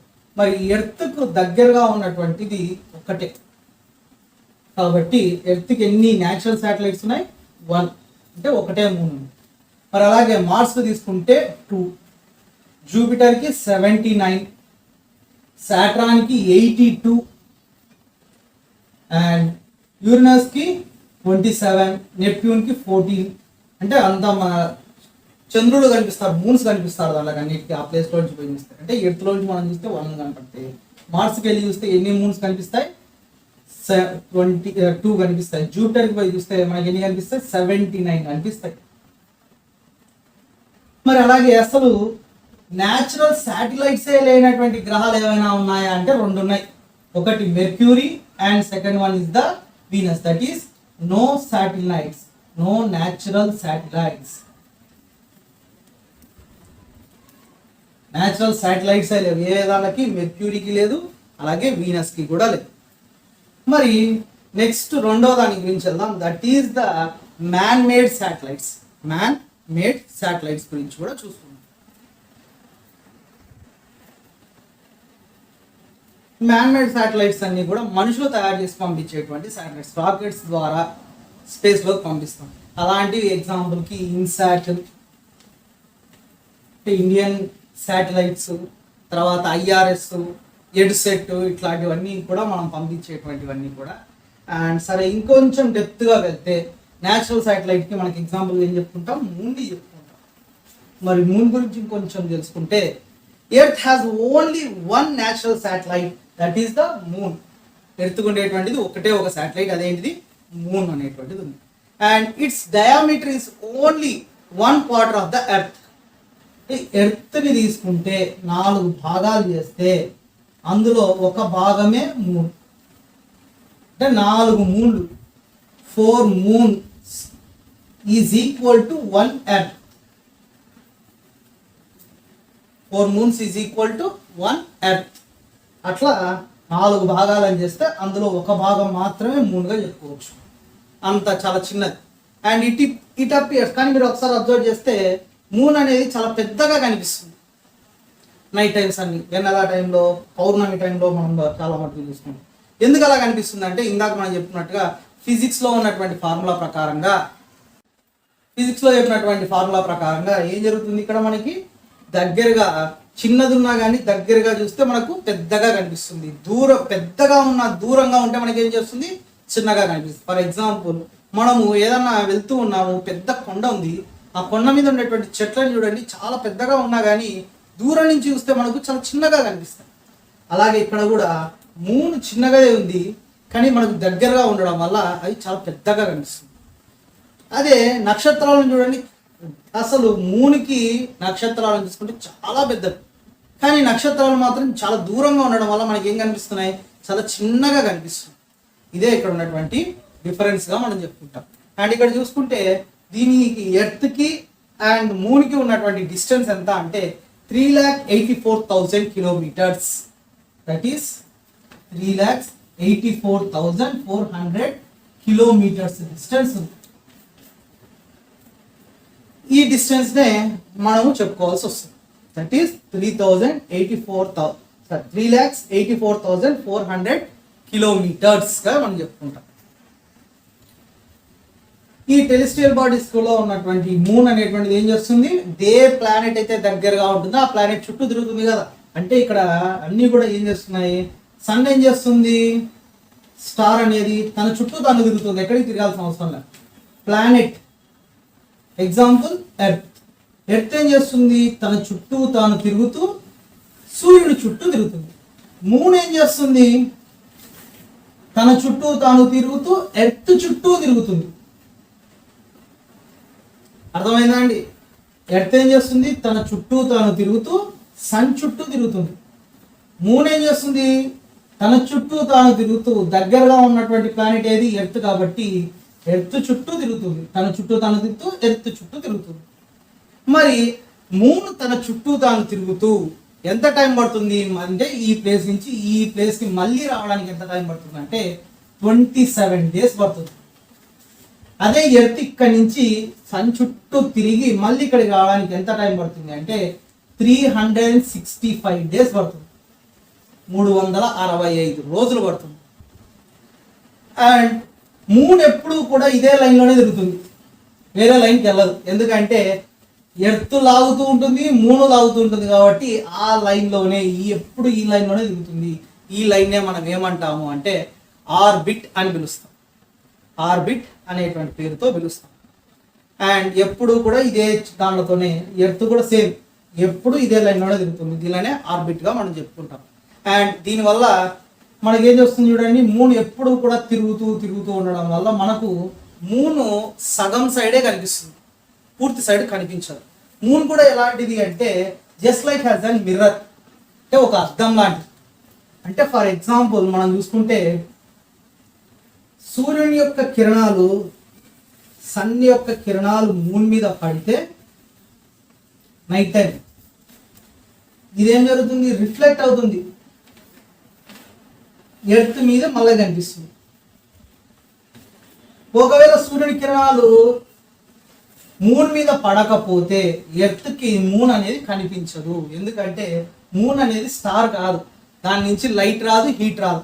అందుకే మీరు అబ్జర్వ్ చేస్తే నైట్ టైం మనకు మరీ సూర్యుని నుంచి వచ్చేంత వెలుతురు ఉండదు, అండ్ అంత వేడి కూడా ఉండదు. ఎందుకు అంటే కారణం అదే, మూన్లో లైట్ లేదు, హీట్ లేదు. మరి లైట్ హీట్ మనకు వస్తుంది కదా వెన్నెల టైంలో, పౌర్ణమి టైంలో. అంటే సూర్యుడు వచ్చేటువంటి వెలుతురుని ఇది తీసుకొని మళ్ళీ ఏం చేస్తుంది? అది రిఫ్లెక్ట్ చేస్తుంది. ఎగ్జాంపుల్కి చిన్నప్పుడు మీరు కూడా ఒక మిర్రర్ తీసుకొని సూర్యుని మీద, అంటే ఎండలో పోయి నిలబడితే దాని మీద సూర్యుని యొక్క కిరణాలు పడి నీడలో ఉన్నటువంటి దాని మీద లైటింగ్ పడుతూ ఉంటుంది, రిఫ్లెక్ట్ జరుగుతూ ఉంటుంది, ఆడుకుని ఉంటారు. అలాగే ఇక్కడ కూడా అలాగే జరుగుతుంది. అండ్ ఇక్కడ మీరు ఒకసారి అబ్జర్వ్ చేస్తే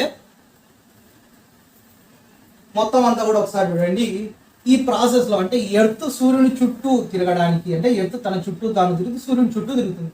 మూన్ కూడా తన చుట్టూ తాను తిరుగుతూ ఎర్త్ చుట్టూ తిరుగుతుంది. ఇలా తిరుగుతున్న టైంలో ఏదో ఒక సిచ్యువేషన్లో సన్ను, ఎర్త్, మూన్ ఒకే లైన్లోకి రావాలి. సన్ను, ఎర్త్, మూన్.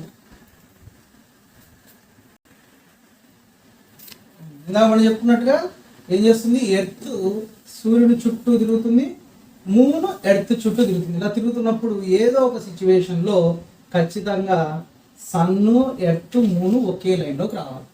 ఇప్పుడు సన్ నుంచి వచ్చేటువంటి లైట్ మూన్ మీద పడకుండా అడ్డంగా ఏమొచ్చింది? ఎర్త్ వచ్చింది. అంటే మూన్ మీద ఏం పడదు? సన్ యొక్క లైట్ పడదు. దానివల్ల మనకు మూన్ కనిపించకుండా పోతుంది. దీన్నే మనము చంద్రగ్రహణం అని పిలుస్తాం, అంటే లూనార్ ఎక్లిప్స్ అని పిలుస్తాం. ఒకనొక సిచ్యువేషన్లో సన్ ఉంటుంది, మూన్ ఉంటుంది, ఎర్త్ వస్తుంది. అంటే ఎర్త్ ఇక్కడ ఉన్న ఎర్త్ యువతలకు వస్తుంది, మూన్ మధ్యలోకి వస్తుంది అనమాట. తిరుగుతుంది కదా, ఇట్లా తిరుగుతూ తిరుగుతూ వీడికి మధ్యలోకి వస్తుంది. అంటే మూడు మళ్ళీ ఒక లైన్లోకి వచ్చినాయి. ఇప్పుడు సన్ యొక్క లైట్ ఎర్త్ మీద పడకుండా ఒకటి అడ్డం వచ్చింది. ఏంటిది వచ్చింది? మూన్ వచ్చింది. కాబట్టి సన్ కనిపించకుండా పోతాడు. దీన్నే మనం ఏమంటాం? సోలార్ ఎక్లిప్స్ అని పిలుస్తాం. సోలార్ ఎక్లిప్స్గా మనం చెప్పుకుంటాం. అంతేగాని గ్రహణం అంటే ఏదో పాము వచ్చి మింగడం అని రకరకాలుగా చెప్తుంటారు, కానీ అవన్నీ నిజాలు కాదు. నిజం ఏంటి అంటే సన్ యొక్క లైట్ ఎర్త్ మీద పడకుండా మధ్యలోకి మూన్ వచ్చి అడ్డంగా నిలబడితే అప్పుడు దీని లైట్ ఇక్కడే పడుతుంది, కానీ యువతలకి పోదు. కాబట్టి అప్పుడు మనకి ఏం కనిపించాడు? సూర్యుడు కనిపించాడు. కాబట్టి దీనికి సూర్యగ్రహణం అంటాం. అలాగే ఏం చేస్తుంది? ఎర్త్ మధ్యలోకి వచ్చేసింది మూన్కి సన్కి మధ్యలో. దానివల్ల ఏం జరుగుతుంది? మూన్ కనిపించకుండా పోతాడు. కాబట్టి దాన్ని ఏమంటాం, లూనార్ ఎక్లిప్స్ అనే పేరుతో పిలుస్తాం. లూనార్ ఎక్లిప్స్ అనే పేరుతో పిలుస్తాం.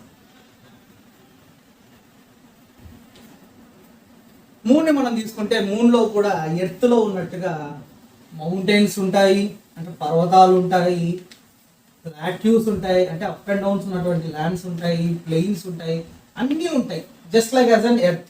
ఎర్త్లో భూమి మీద ఎలా ఉందో మూన్ మీద కూడా అలాంటి ల్యాండే ఉంది.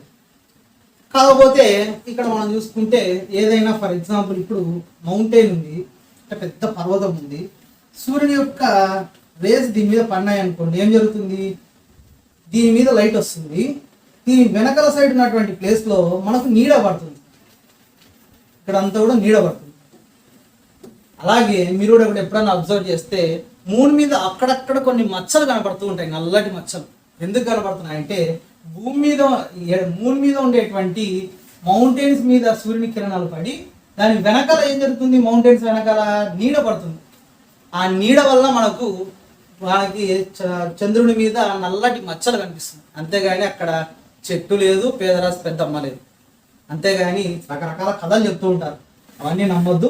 మనకు అసలు మూన్ మీద ఎందుకు నల్లటి మచ్చలు ఉన్నాయంటే అక్కడ పెద్ద పెద్ద పర్వతాలు ఉన్నాయి. ఆ పర్వతాల మీద సూర్యుడి యొక్క కిరణాలు పడితే ఏం జరుగుతుంది, దాని వెనకాల సైడ్ నీడ పడుతుంది. అలా నీడంతా ఏ కలర్లో ఉంటుంది, బ్లాక్ కలర్లో ఉంటుంది. కాబట్టి మనకు నల్లటి మచ్చలు కనిపిస్తాయి, అంతే తప్ప వేరేదేం లేదు.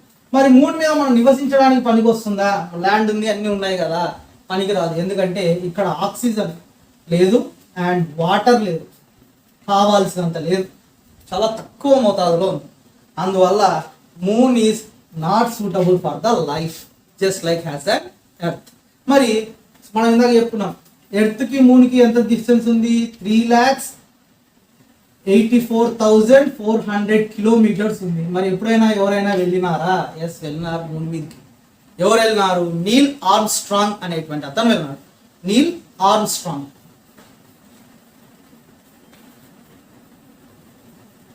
నీల్ ఆర్మ్స్ట్రాంగ్ అనేటువంటి వ్యక్తి ఈ మూన్ మీదకి వెళ్ళి ఫస్ట్ కాల్ పెట్టినటువంటి అతనే Neel Armstrong.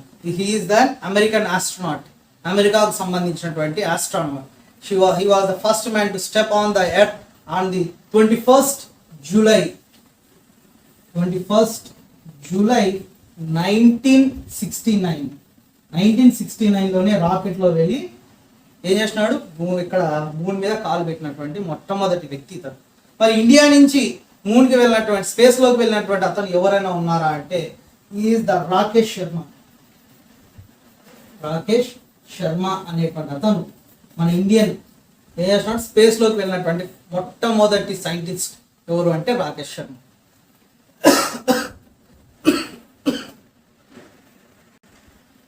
Next topic is the man made satellites. Man made satellites is the artificial satellites or artificial bodies.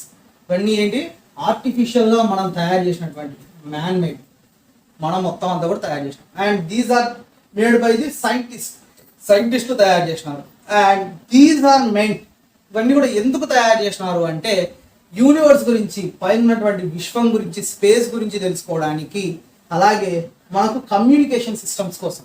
Example, మనకు ఉండేటువంటి మొబైల్ ఫోన్స్ వైర్లు ఉండేవి. ఇంతకుముందు మనకు మొబైల్ ఫోన్స్ అనేటువంటివి చూసుకుంటే లేవు, అవన్నీ కూడా ల్యాండ్ లైన్ ఫోన్స్ ఉంటాయి, వైర్లు ఉండేవి, అక్కడనే నిలబడి మాట్లాడేవాళ్ళు.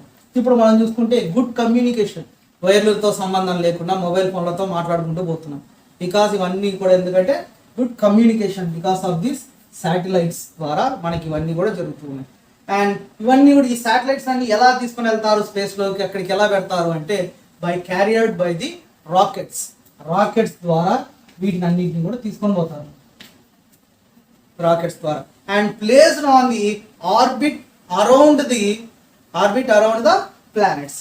మన చుట్టూ, ఎర్త్ చుట్టూ, మిగతా గ్రహాల చుట్టూ తిరగడానికి ఒక కరెక్ట్ ప్లేస్, మళ్ళీ కొట్టుకొని పై వెళ్ళిపోకుండా అట్లా అన్నీ కూడా జరగకుండా దాన్ని పెడతాం.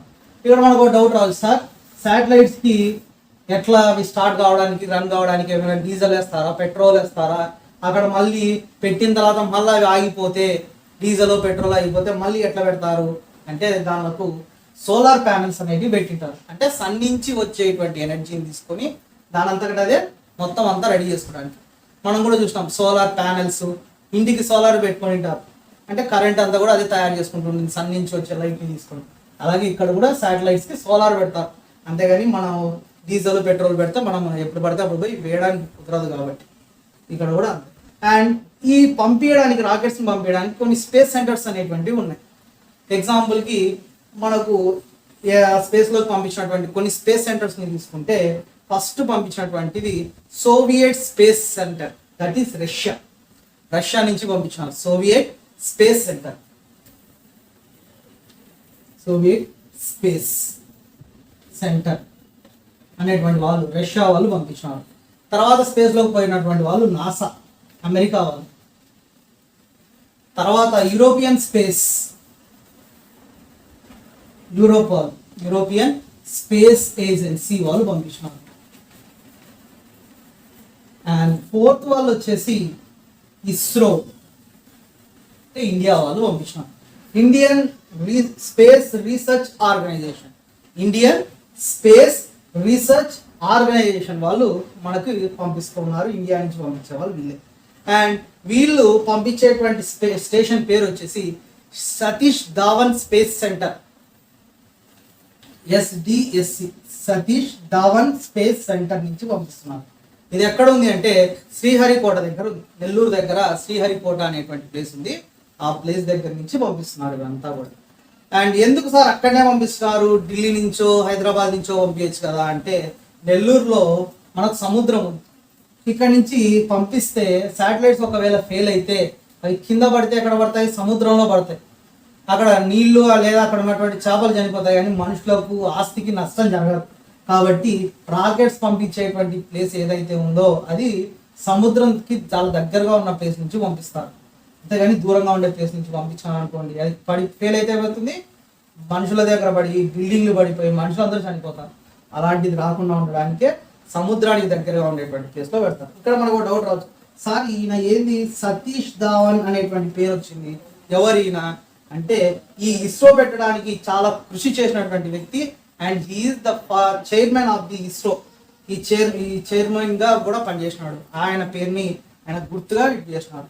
మరి ఇస్రో సాధించినటువంటి విజయాలు ఏమైనా ఉన్నాయా, సక్సెస్ఫుల్ గా ఏమైనా చేసింది అంటే చాలా చేసింది. అందులో మనం చెప్పుకోవాల్సినటువంటిది చంద్రయాన్ అండ్ మంగళయాన్. చంద్రయాన్ అంటే చంద్రుని గురించి తెలుసుకునేది, మంగళయాన్ అంటే మార్స్ గురించి తెలుసుకునేటువంటిది. ఇవి దేనికోసం తయారు చేసినారు అంటే దాని యొక్క మొత్తం కంప్లీట్ ఇన్ఫర్మేషన్ తయారు చేసుకోవడానికి, దాని గురించి పూర్తిగా తెలుసుకోవడానికి, వాటర్ ఉందా మిగతా ఉందా ఇవన్నీ తెలుసుకోవడానికి చంద్రయాన్ మంగళయాన్ అనేటువంటిది ఇండియన్లో ఉన్నటువంటి ఇస్రో వాళ్ళు పంపించి తెలుసుకోవడం జరిగింది. ఇక్కడ మనకు ఒక డౌట్ రావచ్చు, సార్ అసలు ఎందుకు స్పేస్లోకి పంపించి ఎందుకు తెలుసుకోవాలి, ఏం అవసరం ఉంది అంటే దట్ ఈస్ చిన్న క్వశ్చన్గా చెప్పుకోవాలంటే హౌ ఆర్ లేదా why the man are sending the satellites to the space, what is there is any use to the mankind. మనుషులకు ఏమైనా ఉపయోగం ఉందా దీనివల్ల, ఊరికే డబ్బులు వేస్టా, ఎందుకు పంపిస్తున్నాము అంటే చాలా ఉపయోగాలు ఉన్నాయి. ఏంటంటే we can know the weather conditions, వెదర్ని తెలుసుకోవచ్చు. అంటే వర్షాలు వస్తున్నాయా, తుఫాన్లు వస్తున్నాయా, సునామీలు వస్తున్నాయా, ఇట్లాంటి విషయాలన్నీ కూడా వెదర్ని మనం తెలుసుకోవచ్చు. అండ్ ఇక్కడ మనకు కమ్యూనికేషన్ ఏర్పాటు చేసుకోవచ్చు. కమ్యూనికేషన్ ఇందాక మనం చెప్పుకున్నాం కదా, మొబైల్ ఫోన్స్, సెల్ ఫోన్స్ ఇట్లాంటివన్నీ కూడా మనం బాగా పనికి వచ్చేటట్టుగా చేస్తాం. అండ్ ట్రాఫిక్ క్లియరెన్స్ గురించి కూడా తెలుసుకోవచ్చు. Example traffic clearance, example Google maps, ఎవరిని అడగకుండా గూగుల్లో మ్యాప్ పెట్టేసుకొని మనం వెళ్ళిపోవచ్చు. అలాగే ఎక్కడ ట్రాఫిక్ ఉంది, ఎక్కడ ట్రాఫిక్ లేదు అనేటువంటి విషయాలను కూడా మనం ఈ శాటిలైట్స్ ద్వారా తెలుసుకోగలుగుతున్నాం. ఇవన్నీ కూడా మనకు ఉపయోగపడుతున్నాయి. ఇంకా ఏమైనా ఉపయోగాలు ఉన్నాయా అంటే చాలా ఉపయోగాలు ఉన్నాయి. ఎందుకు ఏమేమి ఉపయోగాలు ఉన్నాయంటే we can know the minerals, ఆ గ్రహాలలో దొరికేటువంటి ఏమైనా మినరల్స్ ఉన్నాయా, గోల్డ్, డైమండ్ అలాంటివి ఏమైనా ఉన్నాయా, అట్లాంటివన్నీ కూడా మనం తెలుసుకోవచ్చు. And at the same time we can construct the houses, construct చేయొచ్చు లేదా బిల్డ్ చేయొచ్చు. ఏం చేయొచ్చు, హౌసెస్ని కన్స్ట్రక్ట్ చేయొచ్చు. అలాగే ఇంకా ఏం చేయొచ్చు, we can grow the food, ఆ గ్రహాలలో ఫుడ్ని మనం తయారు చేసుకోవచ్చు, పంటలు వేయచ్చు. ఎందుకు సార్ ఇండియా మన దేశం ఇక్కడ మన ఎర్త్లో చేయకుండా ఎందుకు అక్కడ చేస్తామంటే పాపులేషన్ పెరిగిపోతా ఉంది, హై పాపులేషన్. ఆ హై పాపులేషన్కి ఎర్త్ సరిపోవడం, అప్పుడు ఏం చేస్తారు, వేరే గ్రహాలని వెళ్ళాల్సి వస్తుంది.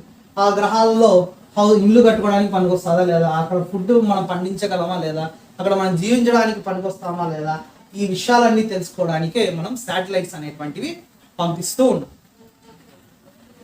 Next topic is the asteroids. ఈ ఆస్ట్రాయిడ్స్ అనేటువంటి దాని చెప్పుకోవాలంటే ఇర్రెగ్యులర్ షేప్డ్ రాక్స్, ఇర్రెగ్యులర్ గా ఉండేటువంటి షేప్ లో ఉండేటువంటి రాక్స్, రాళ్ళుగా చెప్పుకుంటాం. ఇర్రెగ్యులర్ షేప్డ్ రాక్స్ ఇవి ఎక్కడెక్కడ ఉంటాయి అంటే మార్స్ కి జూపిటర్ కి మధ్యలో ఉంటాయి. ఈ ప్లేస్ లో ఉంటాయి, మార్స్ కి జూపిటర్ కి మధ్యలో ఉంటాయి. ఈ ఆస్ట్రాయిడ్స్ అనేటువంటివి మూవింగ్ అరౌండ్ ద సన్, ఏదాని చుట్టూ తిరుగుతాయి, అరౌండ్ ద సన్ చుట్టూ తిరుగుతుంది. మరోసారి చూద్దాం. ఆస్ట్రాయిడ్స్ అనేవి ఇర్రెగ్యులర్ షేప్డ్ రాక్స్, ఒక షేప్ లేకుండా ఉన్నటువంటి రాళ్ళు. అలాగే అవి ఏ రాళ్ళ మధ్యలో ఉంటాయి, మార్స్ కి జూపిటర్ కి మధ్యలో ఉంటాయి. ఇవన్నీ కూడా దేని చుట్టూ తిరుగుతాయి అంటే మూవింగ్ అరౌండ్ ద సన్ చుట్టూ తిరుగుతూ ఉంటాయి. అండ్ ఇవి మనం ఇంకా కొన్ని చెప్పుకోవాలనుకుంటే these are the parts of planets. Planets ఏర్పడినప్పుడు దాని నుంచి విడిపోయినటువంటి చిన్న చిన్న ముక్కలని మనము ఆస్ట్రాయిడ్స్ అని పిలుస్తాం. ఈ ఆస్ట్రాయిడ్స్ అన్ని కూడా చిన్నగా మార్స్ కి జూపిటర్ కి మధ్యలో వచ్చి ఏర్పడ్డాయి. ఇవన్నీ కూడా ఇర్రెగ్యులర్ షేప్ లో ఉంటాయి. ఇవి అన్ని కూడా దేని చుట్టూ తిరుగుతాయి, మూవింగ్ అరౌండ్ ద సన్ గా తిరుగుతూ ఉంటాయి. Next topic is the meteoroids. ఈ మెట్రాయిడ్స్ అనేటువంటివి ఏంటంటే ఇన్కంప్లీట్, అంటే కంప్లీట్ గా కాకుండా ఇన్కంప్లీట్ గా కాలిపోయినటువంటి రాళ్ళు, ఇన్కంప్లీట్ బర్న్ట్ రాక్స్. కాలుతూ ఆరిపోయినటువంటి చిన్న చిన్న రాళ్ళని మనం ఏమంటాము అంటే మెట్రాయిడ్స్ గా చెప్పుకుంటాం. These are the small piece of the rocks or metallic bodies. These are also moving around the sun. ఎవరు చుట్టూ తిరుగుతాయి, around the sun. Very good, సన్ చుట్టూ తిరుగుతాయి. అండ్ ఇక్కడ చూసుకుంటే these are the smaller than, దేనికంటే స్మాలర్ దాన్ ఆస్ట్రాయిడ్స్. ఆస్ట్రాయిడ్స్ కంటే కూడా చిన్నవి. ఆస్ట్రాయిడ్స్ పెద్దవి, ఆస్ట్రాయిడ్స్ కంటే చిన్నవి మెస్ట్రాయిడ్స్.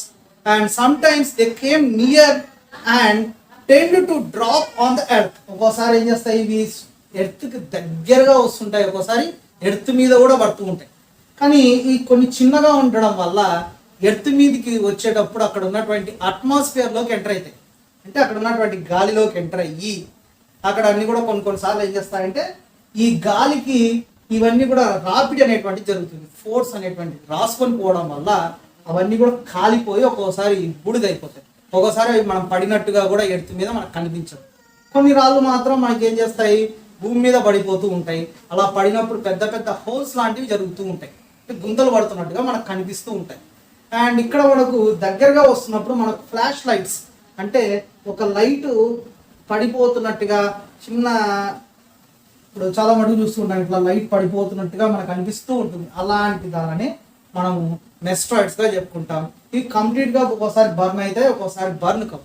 మాక్సిమం చిన్న సైజులో ఉన్నటువంటివన్నీ కూడా కరిగిపోయి మొత్తం అంతా కాలిపోయి అక్కడ ఉన్నటువంటి గాలిలో మొత్తం అంతా కూడా ఏం జరుగుతాయి, ఫ్రిక్షన్ జరగడం వల్ల కాలి మొత్తం అంతా దాని రాపిడి వల్ల మొత్తం కాలిపోయి భూమి మీదకి బూడిద వచ్చి పడిపోతుంది. కొన్నిసార్లు మాత్రం అలా కాలిపోకుండా వచ్చి పడడం వల్ల భూమి మీద పెద్ద పెద్ద గుంతలు లాంటివి ఏర్పడుతూ ఉంటాయి.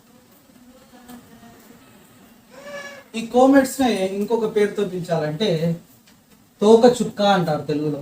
ఇలానే head and tails, head and tail, తోక చుక్కలు అని పిలుస్తూ ఉంటారు, మనం వింటూ ఉంటాం. ఎందుకు దీన్ని అంటారు అంటే దీనికి హెడ్ టైల్ రెండు ఉంటాయి, హెడ్ అండ్ టైల్.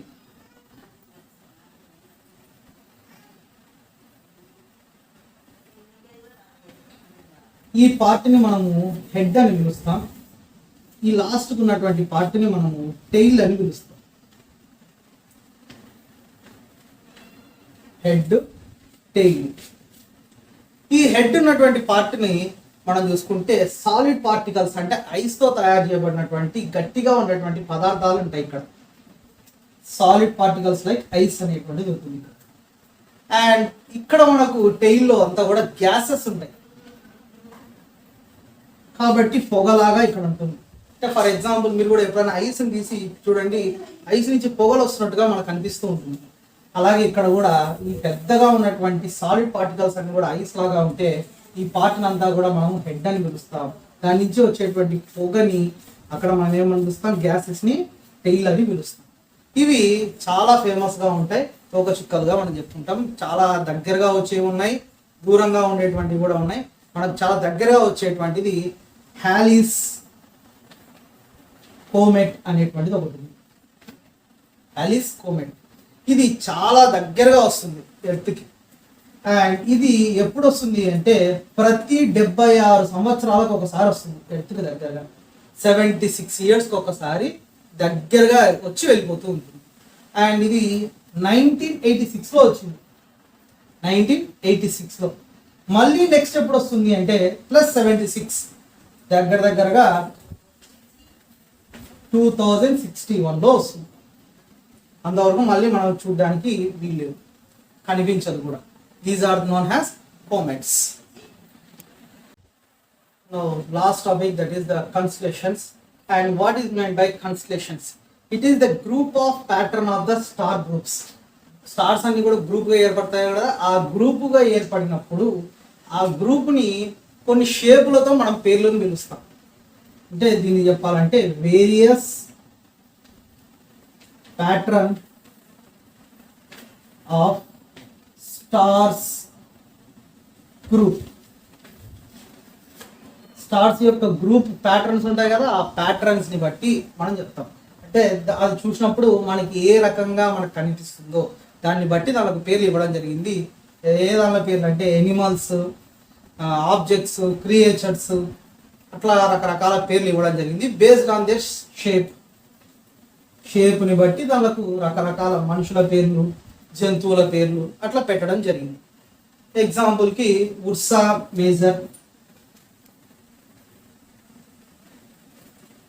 మేజర్ అనేటువంటిది ఒకటి.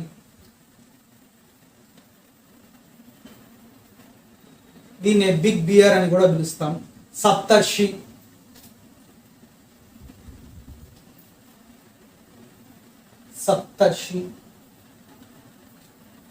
that is 7 stars, group of 7 stars. 7 నక్షత్రాల యొక్క సమూహాన్ని సప్తర్షి. సప్త అంటే 7 మంది ఋషులందరూ కూడా ఏర్పడినారు అనేటువంటి రకరకాలవన్నీ కూడా ఉన్నాయి. కాకపోతే మనం చెప్పుకోవాల్సి వస్తే 7 నక్షత్రాల యొక్క గ్రూప్ని, సమూహాన్ని సప్తర్షి అనే పేరుతో పిలుస్తాం. ఇది ఎందుకు ఉపయోగపడతాయంటే these are helps to find the directions in the night time. Ancient టైంలో మనకు ఇప్పుడంటే మ్యాపులు చాలా అన్ని కూడా వచ్చేసాయి. ఇంతకుముందు అట్లాంటివి ఏం లేవు, మ్యాపులు లేవు, తర్వాత కంపాసులు లేవు, ఏం లేవు. డైరెక్షన్స్ని మన సూర్యుడిని బట్టి మనం తెలుసుకునే వాళ్ళం ఉదయం అయితే. అదే నైట్ టైంకి వచ్చేసరికి తెలుసుకునే వాళ్ళు కాదు. మరి సముద్రంలో ఎవరిని అడగడానికి కూడా ఎవరు ఉండరు కాబట్టి అప్పుడు ఏం చేసేవాళ్ళు, మనకు నక్షత్రాలను బట్టి తెలుసుకునేవాళ్ళు. అన్ని నక్షత్రాలు ఒకటే రకంగా ఉంటాయి, కానీ ఈ గ్రూప్లో ఉన్నటువంటి ఆ షేప్ని బట్టి, ఆ యొక్క నక్షత్రాన్ని బట్టి వాళ్ళు తెలుసుకునేవాళ్ళు. అండ్ దీనికే మనం చూసుకునేవాళ్ళు. అండ్ వీళ్ళు చూసుకునేటువంటి ఒకటి స్టార్ వచ్చేసి నార్త్ స్టార్ అనేటువంటిది ఉంటుంది. ఈ నార్త్ స్టార్ సప్తర్షిలో 7 నక్షత్రాల పైన లాస్ట్లో చాలా హైట్లో ఉంటుంది ఈ నార్త్ స్టార్. దీన్నే పోలార్ స్టార్ అని కూడా పిలుస్తాం. ఏమని పిలుస్తాం? పోల్ స్టార్ లేదా పోలార్ స్టార్ అని కూడా పిలుస్తాం. దీనివల్ల నార్త్ డైరెక్షన్ మనకు తెలుస్తుంది కాబట్టి మిగతా డైరెక్షన్స్ని తెలుసుకొని మనం ట్రావెల్ చేయడానికి బాగా ఉపయోగిస్తూ ఉంటాం. ఈ కాన్స్టలేషన్స్ చాలా ఉన్నాయి. అండ్ దాన్ని బట్టి మనకి ఇప్పుడు చెప్తూ ఉంటారు కదా, రకరకాల సమూహాలని గ్రూప్స్గా మనం చెప్పుకుంటాం. అందులో మనం మెయిన్గా చెప్పినటువంటిది Ursa Major and big bear, పెద్ద ఎలుగు వంటిగా, అలాగే సప్తర్షి, ఇలాంటివన్నీ కూడా కాన్స్టలేషన్స్లో మనకు చాలా ఉన్నాయి.